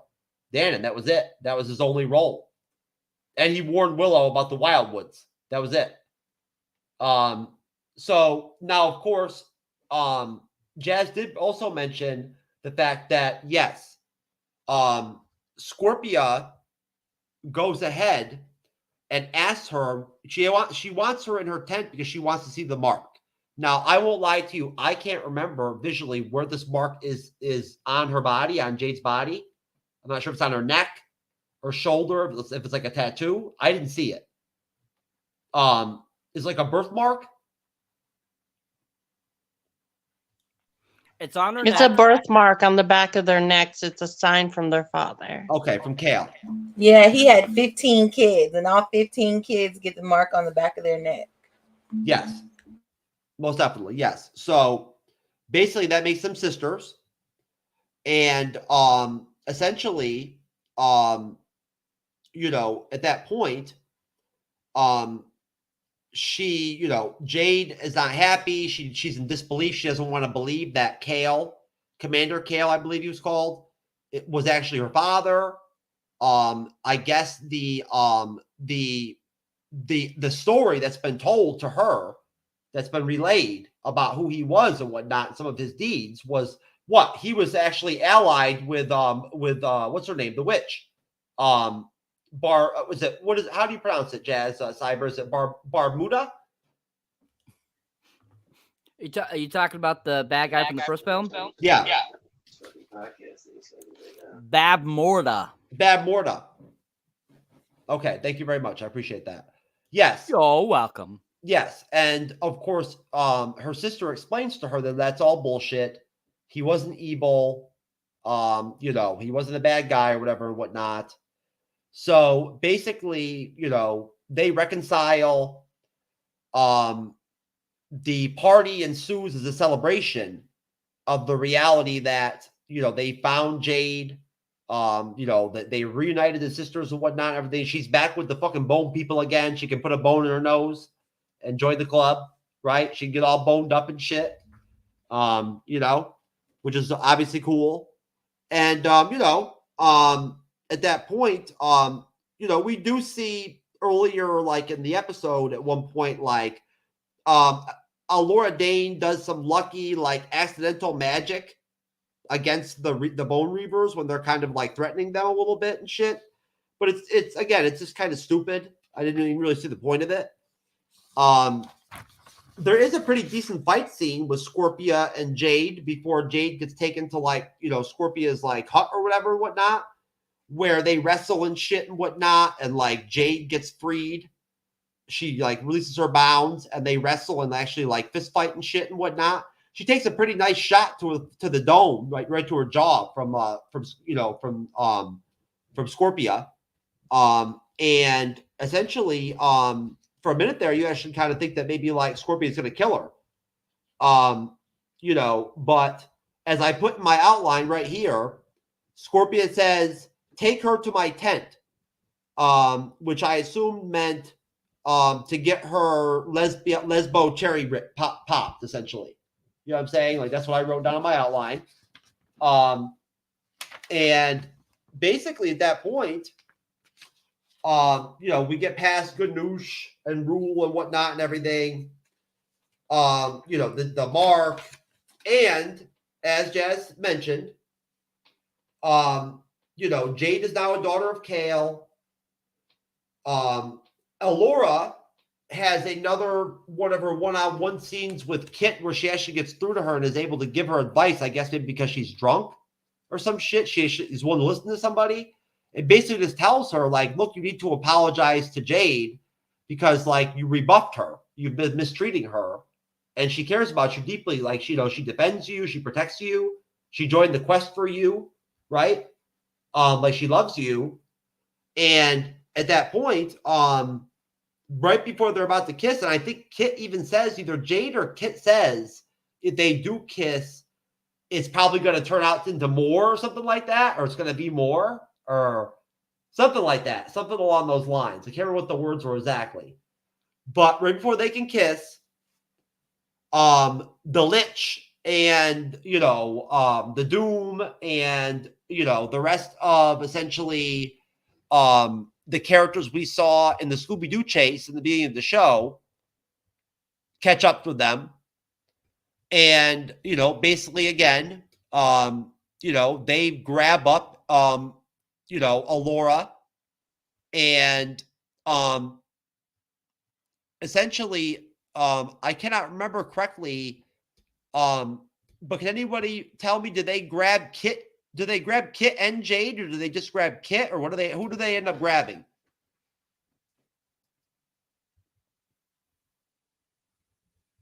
The girl. Which girl, Mom? The damn. You're unmuted. Willow. I mean, Lorna? Yeah. They grabbed Lorna? But when Kit and Jade were talking, who'd they grab? Kit or Jade? Kit is the one that has the thing on her I think they got both of them. I think they get Jazz. Did they get both of them? I think they bought Kit. They grabbed the redhead. They didn't grab the redheaded one. They grabbed Huntress. Okay, Kit. they got Kit. Okay, they got Kit. Yeah, and then of course they did, and then they did kind of attack the Bone People and whatnot, and they did get Alora Dannon. They grabbed her too, right? So essentially, they, you know, the Dark Forces have her now. And, you know, of course, we already know what their ultimate goal is. They want to take her, you know, to this place or whatever, this region, this, you know, nether region or whatever and whatnot, where she can be killed. Am I correct with that, Cyber? Is that essentially the ultimate goal? Yes. Yes. Okay, so Cyberneticshark. What did I leave out in this, like, you know, I guess probably third plus of the episode here that I just dropped there? Take as much time as you want.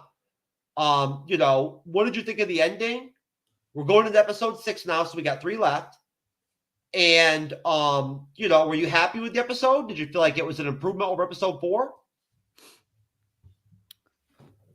So I believe you covered everything. I didn't recall anything you missed.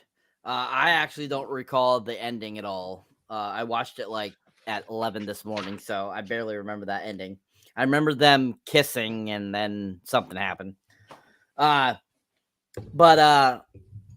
I mean, overall, it was an okay episode. Did I think it was better than 4? No, I thought it was about the same as 4. I didn't think it was any better. I didn't think it was any worse.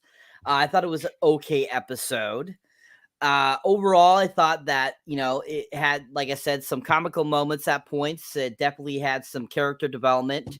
I definitely think that it had a lot of, you know, things they could have done differently. But overall, I thought it was kind of interesting. Definitely the sequence, you know, I think for Borman, him telling the backstory, I think was probably I think the most interesting part of the episode, because it just, those sequences were so stupid and funny at the same time. And the whole, like, you know, party after finding out that, you know, what's her name, the redhead is, you know, a part of that bad guy's family, I thought was kind of odd to me. I felt that it was odd that they all of a sudden just started partying once they found out she was a part of this horrible person, which I found just kind of weird. But at the same time, I got it, because they're Bone Reapers. And, you know, some of those sequences were interesting. I didn't think it was anything that great. I thought definitely, you know, when, you know, Tony Rivoli and Willow come popping up, you know, after they escape, you know, with the help of Rule, you know, and they're like, what's going on here? And like, I would be thinking the same thing, like, what the hell is going on here? And I definitely thought it was interesting how it, like, kind of rolled from that into kind of, you know, Kit finally professing her love, you know, for the redhead. And Jade, thank you. And, you know, and then them getting captured afterwards. I thought that was kind of an interesting ending. That, you know, it's kind of a cliffhanger, but not fully a cliffhanger. So it'll be interesting to see just what episode 6 brings us. And definitely 6 is going to be interesting, because I've seen some things online about it that reference a certain Mad Mardigan. So I'm interested in seeing that next episode. Okay.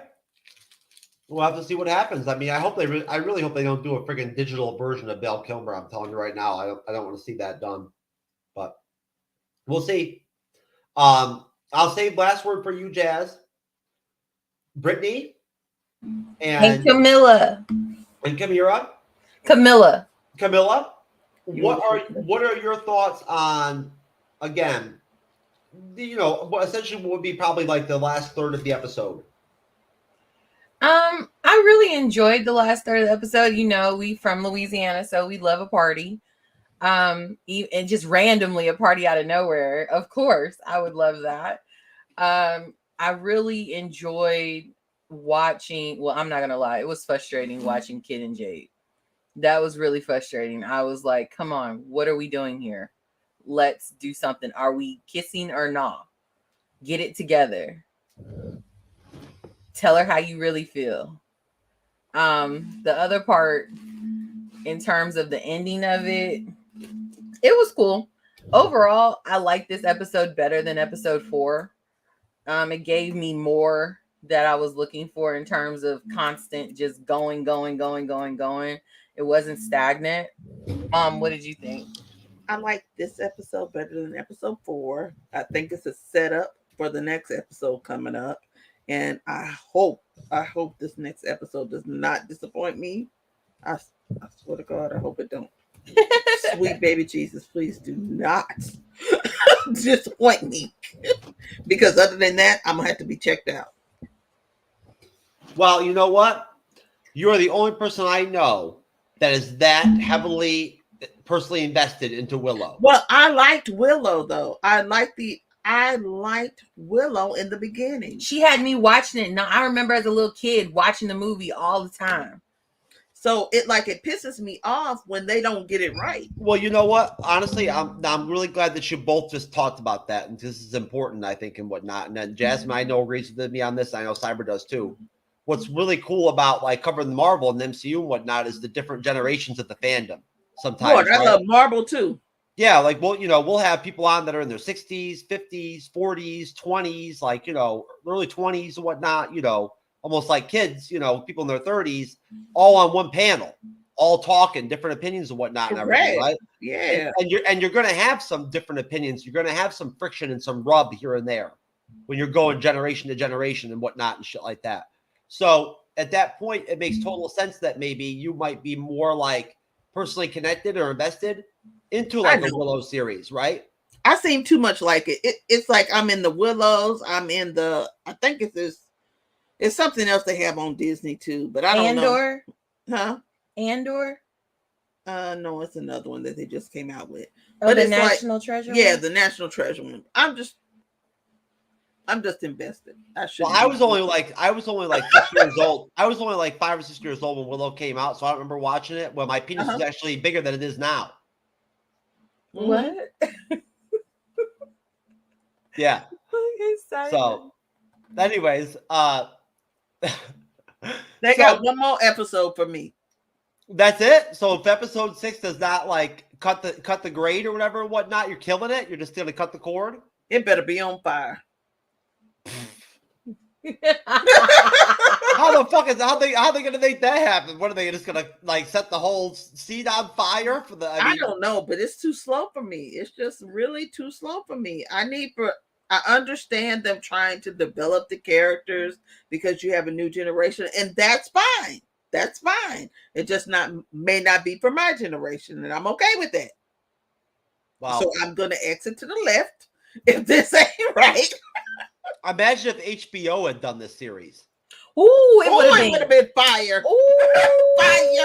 Right? That would have been some shit. If HBO Studios had done Willow, bro. Oh, it would have been fire. That would have been some shit, man. It would have been the shit if HBO Well, I mean, even if they had done it still as 20th Century Fox, which is who did the film back in '88. It would have been the shit side. It would have been the shits if Disney had bought them out. That's the whole problem. Disney, if they hadn't had the reins into it, I feel like Lucasfilms, which is also that's a part of the Willow universe as well. Correct. That's who put it out there.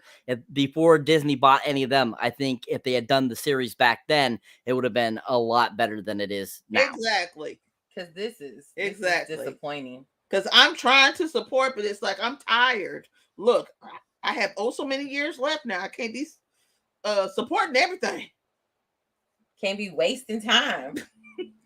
Time is something you don't get back. It's all good. It's all good. I promise. Worst case scenario, If Willow fails you or disappoints you and whatnot and everything, House of the Dragon season 2 will come out soon next year and whatnot and everything, and that will breathe life back into you. I can't wait. There you go. The Rings of Power season 2 is going to be good. I can guarantee it. It's going to be better. I can't wait for that one. I love that show. Right, Cyber? Season 2 is going to be better than season 1. I know it. I don't know, y'all. Have y'all seen Carnival I'm Row? I'm hoping we'll see more action in season 2. It's gonna come up. It's gonna come. All right. The first one was setting everybody up. Jasmine, let's get you in here. Close things out here on the panel with your fucking echo. I feel like I'm being haunted by some sweet, innocent, naive, purple-haired bitch that likes to give me anxiety attacks all the time. Bust my balls. I think you purposely echo me just to mess with me. But it's okay. No, but what did you think of the episode? What did you think of the final third of the episode? What did you think of the fact that episode 5 ended the way it did, and we have 3 left to flush out the whole season? Right? I don't know. But honestly, I think the episode was an episode. Gotcha. It was filler. So it was very much filler. It had the pace of a filler episode. It had the writing of a filler episode. It was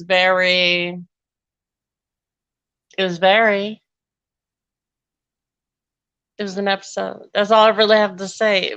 There's not much I can say. How do you differentiate filler episodes from regular episodes? Okay, so there's well-written filler episodes like earlier in the season. And then there's this episode where the best part of it was just Jafar existing. This is the best episode for me for the whole series. Really? Yeah. Oh, you poor thing. Wow.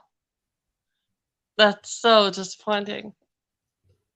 Oh, wow, your standards are low. Anyway, so, yeah, it was an episode. That is my feelings. That is my opinion. That is a statement. That is a fact. This show. If this is what we're going to leave on with the rest of the season, I'm dipping next week after that episode. Okay. But if it's better, if it's lit, if it is the stallion of Megan, I'm in. And I will stay. and I will ride this pony like a rodeo show, okay? But that next episode has to own my soul. It has to be, and I'm not talking about action. I'm talking about writing. That writing needs to be on par with the rest of the episodes prior to this one, because the writing on this one was just. I think there's a better chance of Willow dunking a fucking basketball than there is you connecting your spirit. I'd watch that. That would be better than this episode. Yeah, when Willow jams and shit, NBA jam and shit and whatnot, then I'll be ready for the soul connective effect of the Willow series. But no, what's your rating then? What's your rating for the episode? 2.5. Come on. 2.5, and that's being generous because Jafar's here. Oh. Okay. If he wasn't in the episode bathing for that short amount of time, I'd give it a 0. But since I can't, I give you a 1. You're very contradictory. I figured you were going to give it like a 9.5 just because how excited you were about this. No. All right. Okay. 2.5. All right. That's being generous. Ladies first, what are your ratings for the episode? I give it a 3. I give it a 4. Okay. All right. So we got a 3, a 4, and a 2.5. That's still not as long as She-Hulk's penis. So there you go. Cyber, what's your rating? Well, with a couple funny elements to it. I'll be generous and I'll give it a 5. That's very kind of you, sir. Very kind of you. I will give it a 6.25. Yep, I'll give it a 6.25. It's not that bad, right? It's not horrible. So I've seen worse shit. I'm telling you right now. But either way, I'll give it a 6.25. And you know what? That's a good thing, right? That means that they shouldn't have to push very far or go very far to be able to come back and beat that with episode 6. Beating 2.5s and shit and 3s. Come on now. So anyways, all right. Well, folks, that will be the end of the review of episode 5. Essentially, all we really know is that, you know, as we saw at the end there, the bad guys, you know, grabbed, you know, Alora Dannon. And I'm assuming that whoever's left of the like the party, you know, the squad is going to have to go rescue her or whatever and whatnot. So, how's it going to happen? I have no idea what to see. But I want to thank everybody on the panel for being here. I want to thank Cyberneticshark for being on the panel and whatnot and being excellent as usual. Looking good with his green screen as usual. And picking that really good shot. I got the same one on my Canva. That Willow shot right there. I love that one. It's really nice. If only the episode 5 was as good as that fucking poster, right? That would be fucking great. That would be a 10.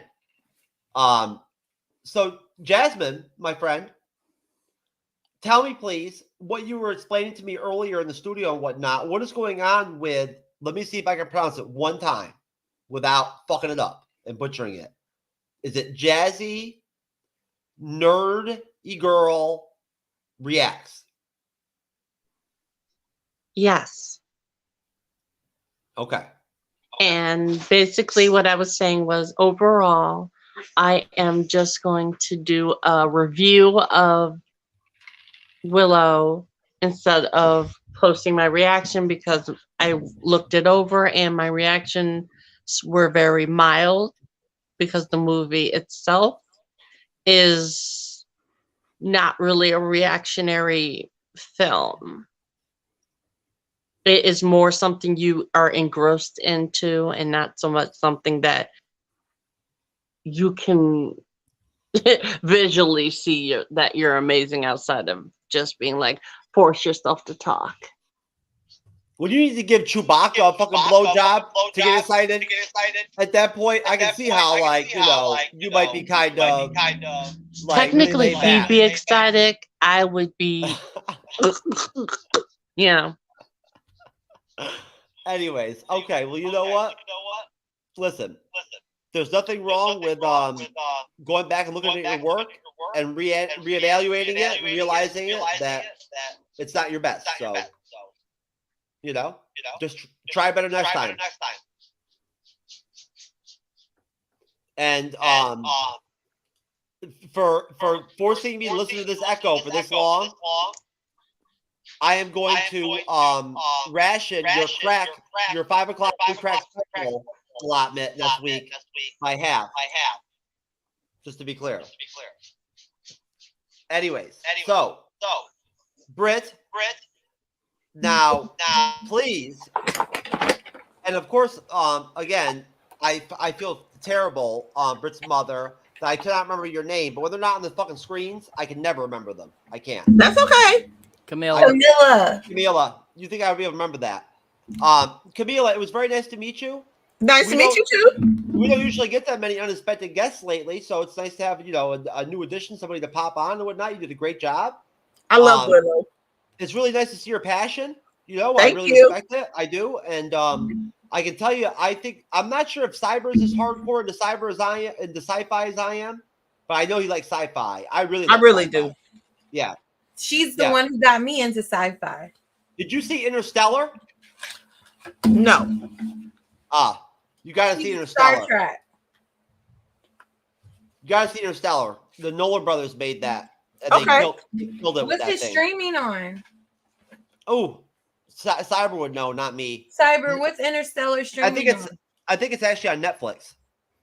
Is it? It's on Netflix, Cyber. Let me check. Okay, she got to watch Interstellar and what else? Interstellar is I just watched that. It's like 3 hours long. I watched it. Okay. It's worth watching. The casting's great. I'm off this weekend, so I watched it. It's a space movie. It's a thinker. It's like a really intellectual, psychological, scientific. She likes stuff like Yes, it is on Netflix. Okay, thank you. No problem. I enjoyed myself. No, we enjoyed having you on. We and, look at we done drank. That's good. We had ice cream.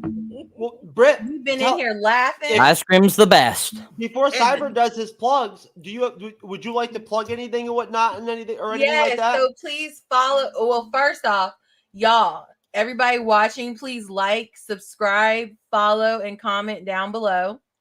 And then please follow me at the Brittany Nicole on all social media outlets. I'm about to start my reaction videos soon on YouTube. I'm on everything. Is your YouTube channel up right now? My YouTube channel is up right now. What is it called? The Brittany Nicole. One word, all one word? Yes. So please follow me, subscribe, share. I'm really super excited about starting my show again. And I'm glad to be here. Well, hold on one second. I'll screen share really quick. It takes just a minute. You found me? I think so. Okay. Let me see.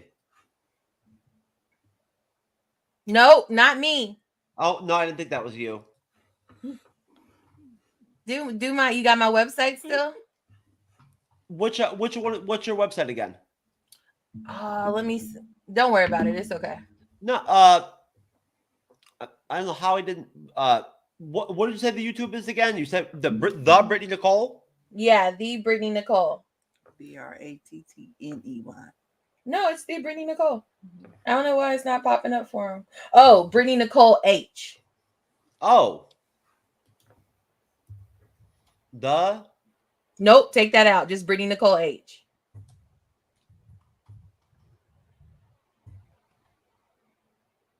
That's important. It's very important. See what happens when you drink and podcast?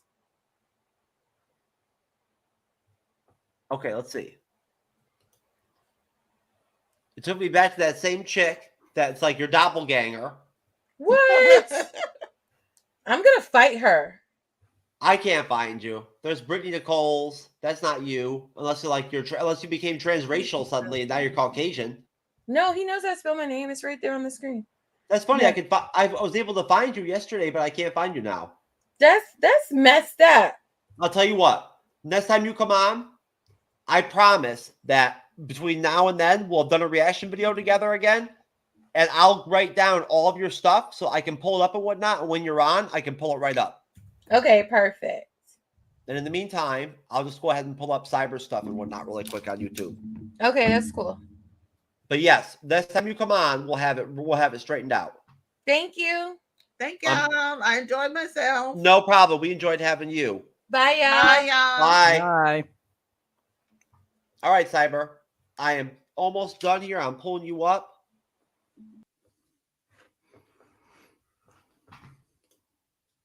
Cyberneticshark has had the same fucking logo for 23 years straight. I swear. It's fucking fucking intense. Well, it's only been since 2013, so only going to be 10 years, but okay. He's loyal to that logo. the banner has changed in like the last 5 years. But anyways, yes, people, if you enjoy me here on the panel, you enjoy my moderating on the MCU's Bleeding Edge, definitely come check out my solo content. As you can see here under Cyberneticshark under YouTube. You can also find me on Facebook, Instagram, Twitch, all those great places. And as you can see, my Ant-Man Quantumanium trailer reaction just popped up today, so definitely go check that out. And tomorrow will be another new review popping up as well. And I believe it will be, if I remember correctly, the Hellraiser remake from Hulu will be dropping tomorrow. review. And you can see here he's showing all my little shorts. Like I said, I'll be adding some different types of shorts here eventually too, along with the reviews and stuff like that. And yeah, I'm currently 21 away from the amazing 500. So once again, I want to thank everyone that has been subscribing. If you haven't already, go and subscribe. Let's get me to that 500 mark by the 1st, which is 2 days away. And yeah, so let's do it, people. Let's get me to that 500 mark so that it should be smooth sailing to 1,000 after that. So yeah, once again, just want to thank everyone for doing that. Been subscribing. All you new people, thank you for coming out. And yeah, let's keep going strong. Let's get me up to 500. Let's get the Bleeding Edge up to 10,000. And we're rocking it, people. We want to thank you all. For real. You know what? Thank you, Cyber. I appreciate that. I just want to just mirror right off of what Cyber said. We do appreciate all of you out there and whatnot and everything. Happy New Year to everybody. I really do think that 2023 is going to be a good year for everybody. I really do. Maybe, with the exception of maybe Jessica Gao, you know what I'm saying? Other than that, I mean, hey, I think everyone's going to have a good year. I think Marvel's going to have a good year. I think the MCU's going to have a good year. I like the fact that Igert's back. You know what I'm saying? There's a lot of good shit happening, right? There's more positive stuff happening than negative stuff right now, as far as I'm concerned. So, we had a good 2022. Cyber and I had a good stretch.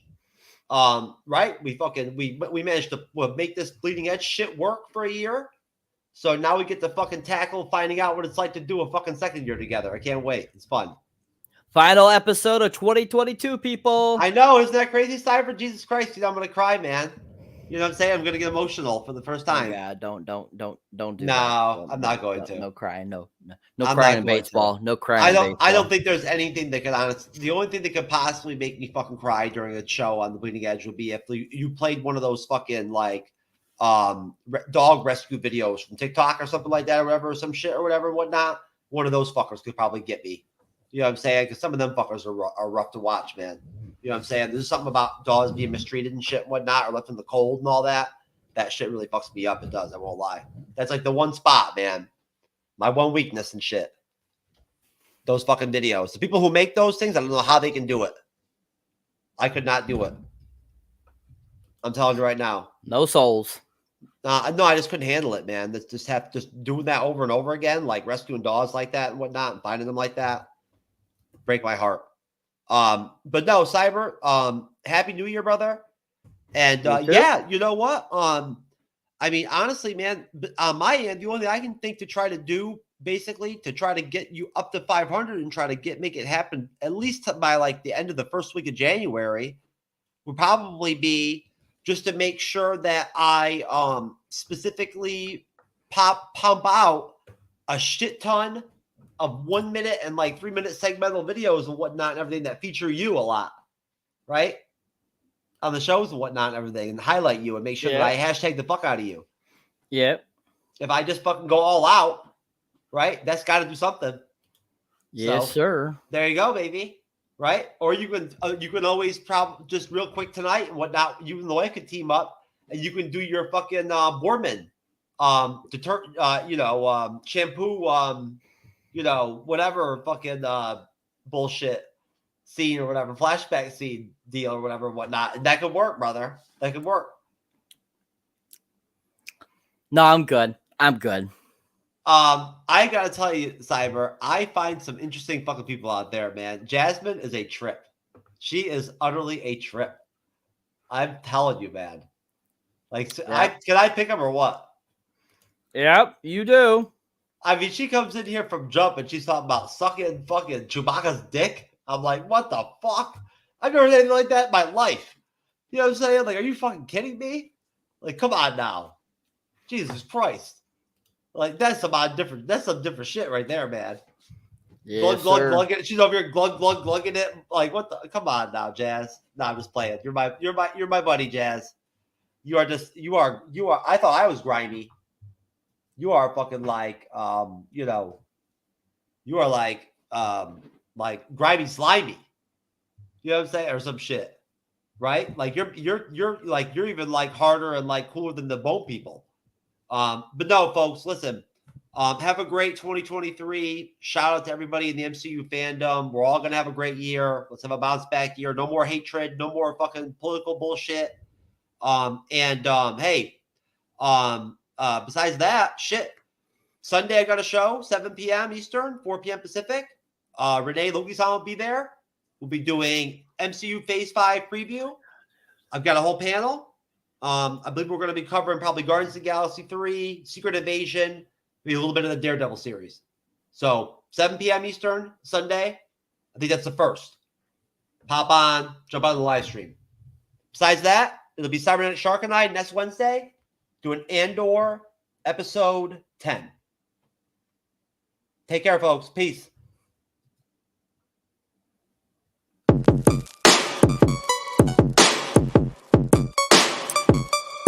It's going down.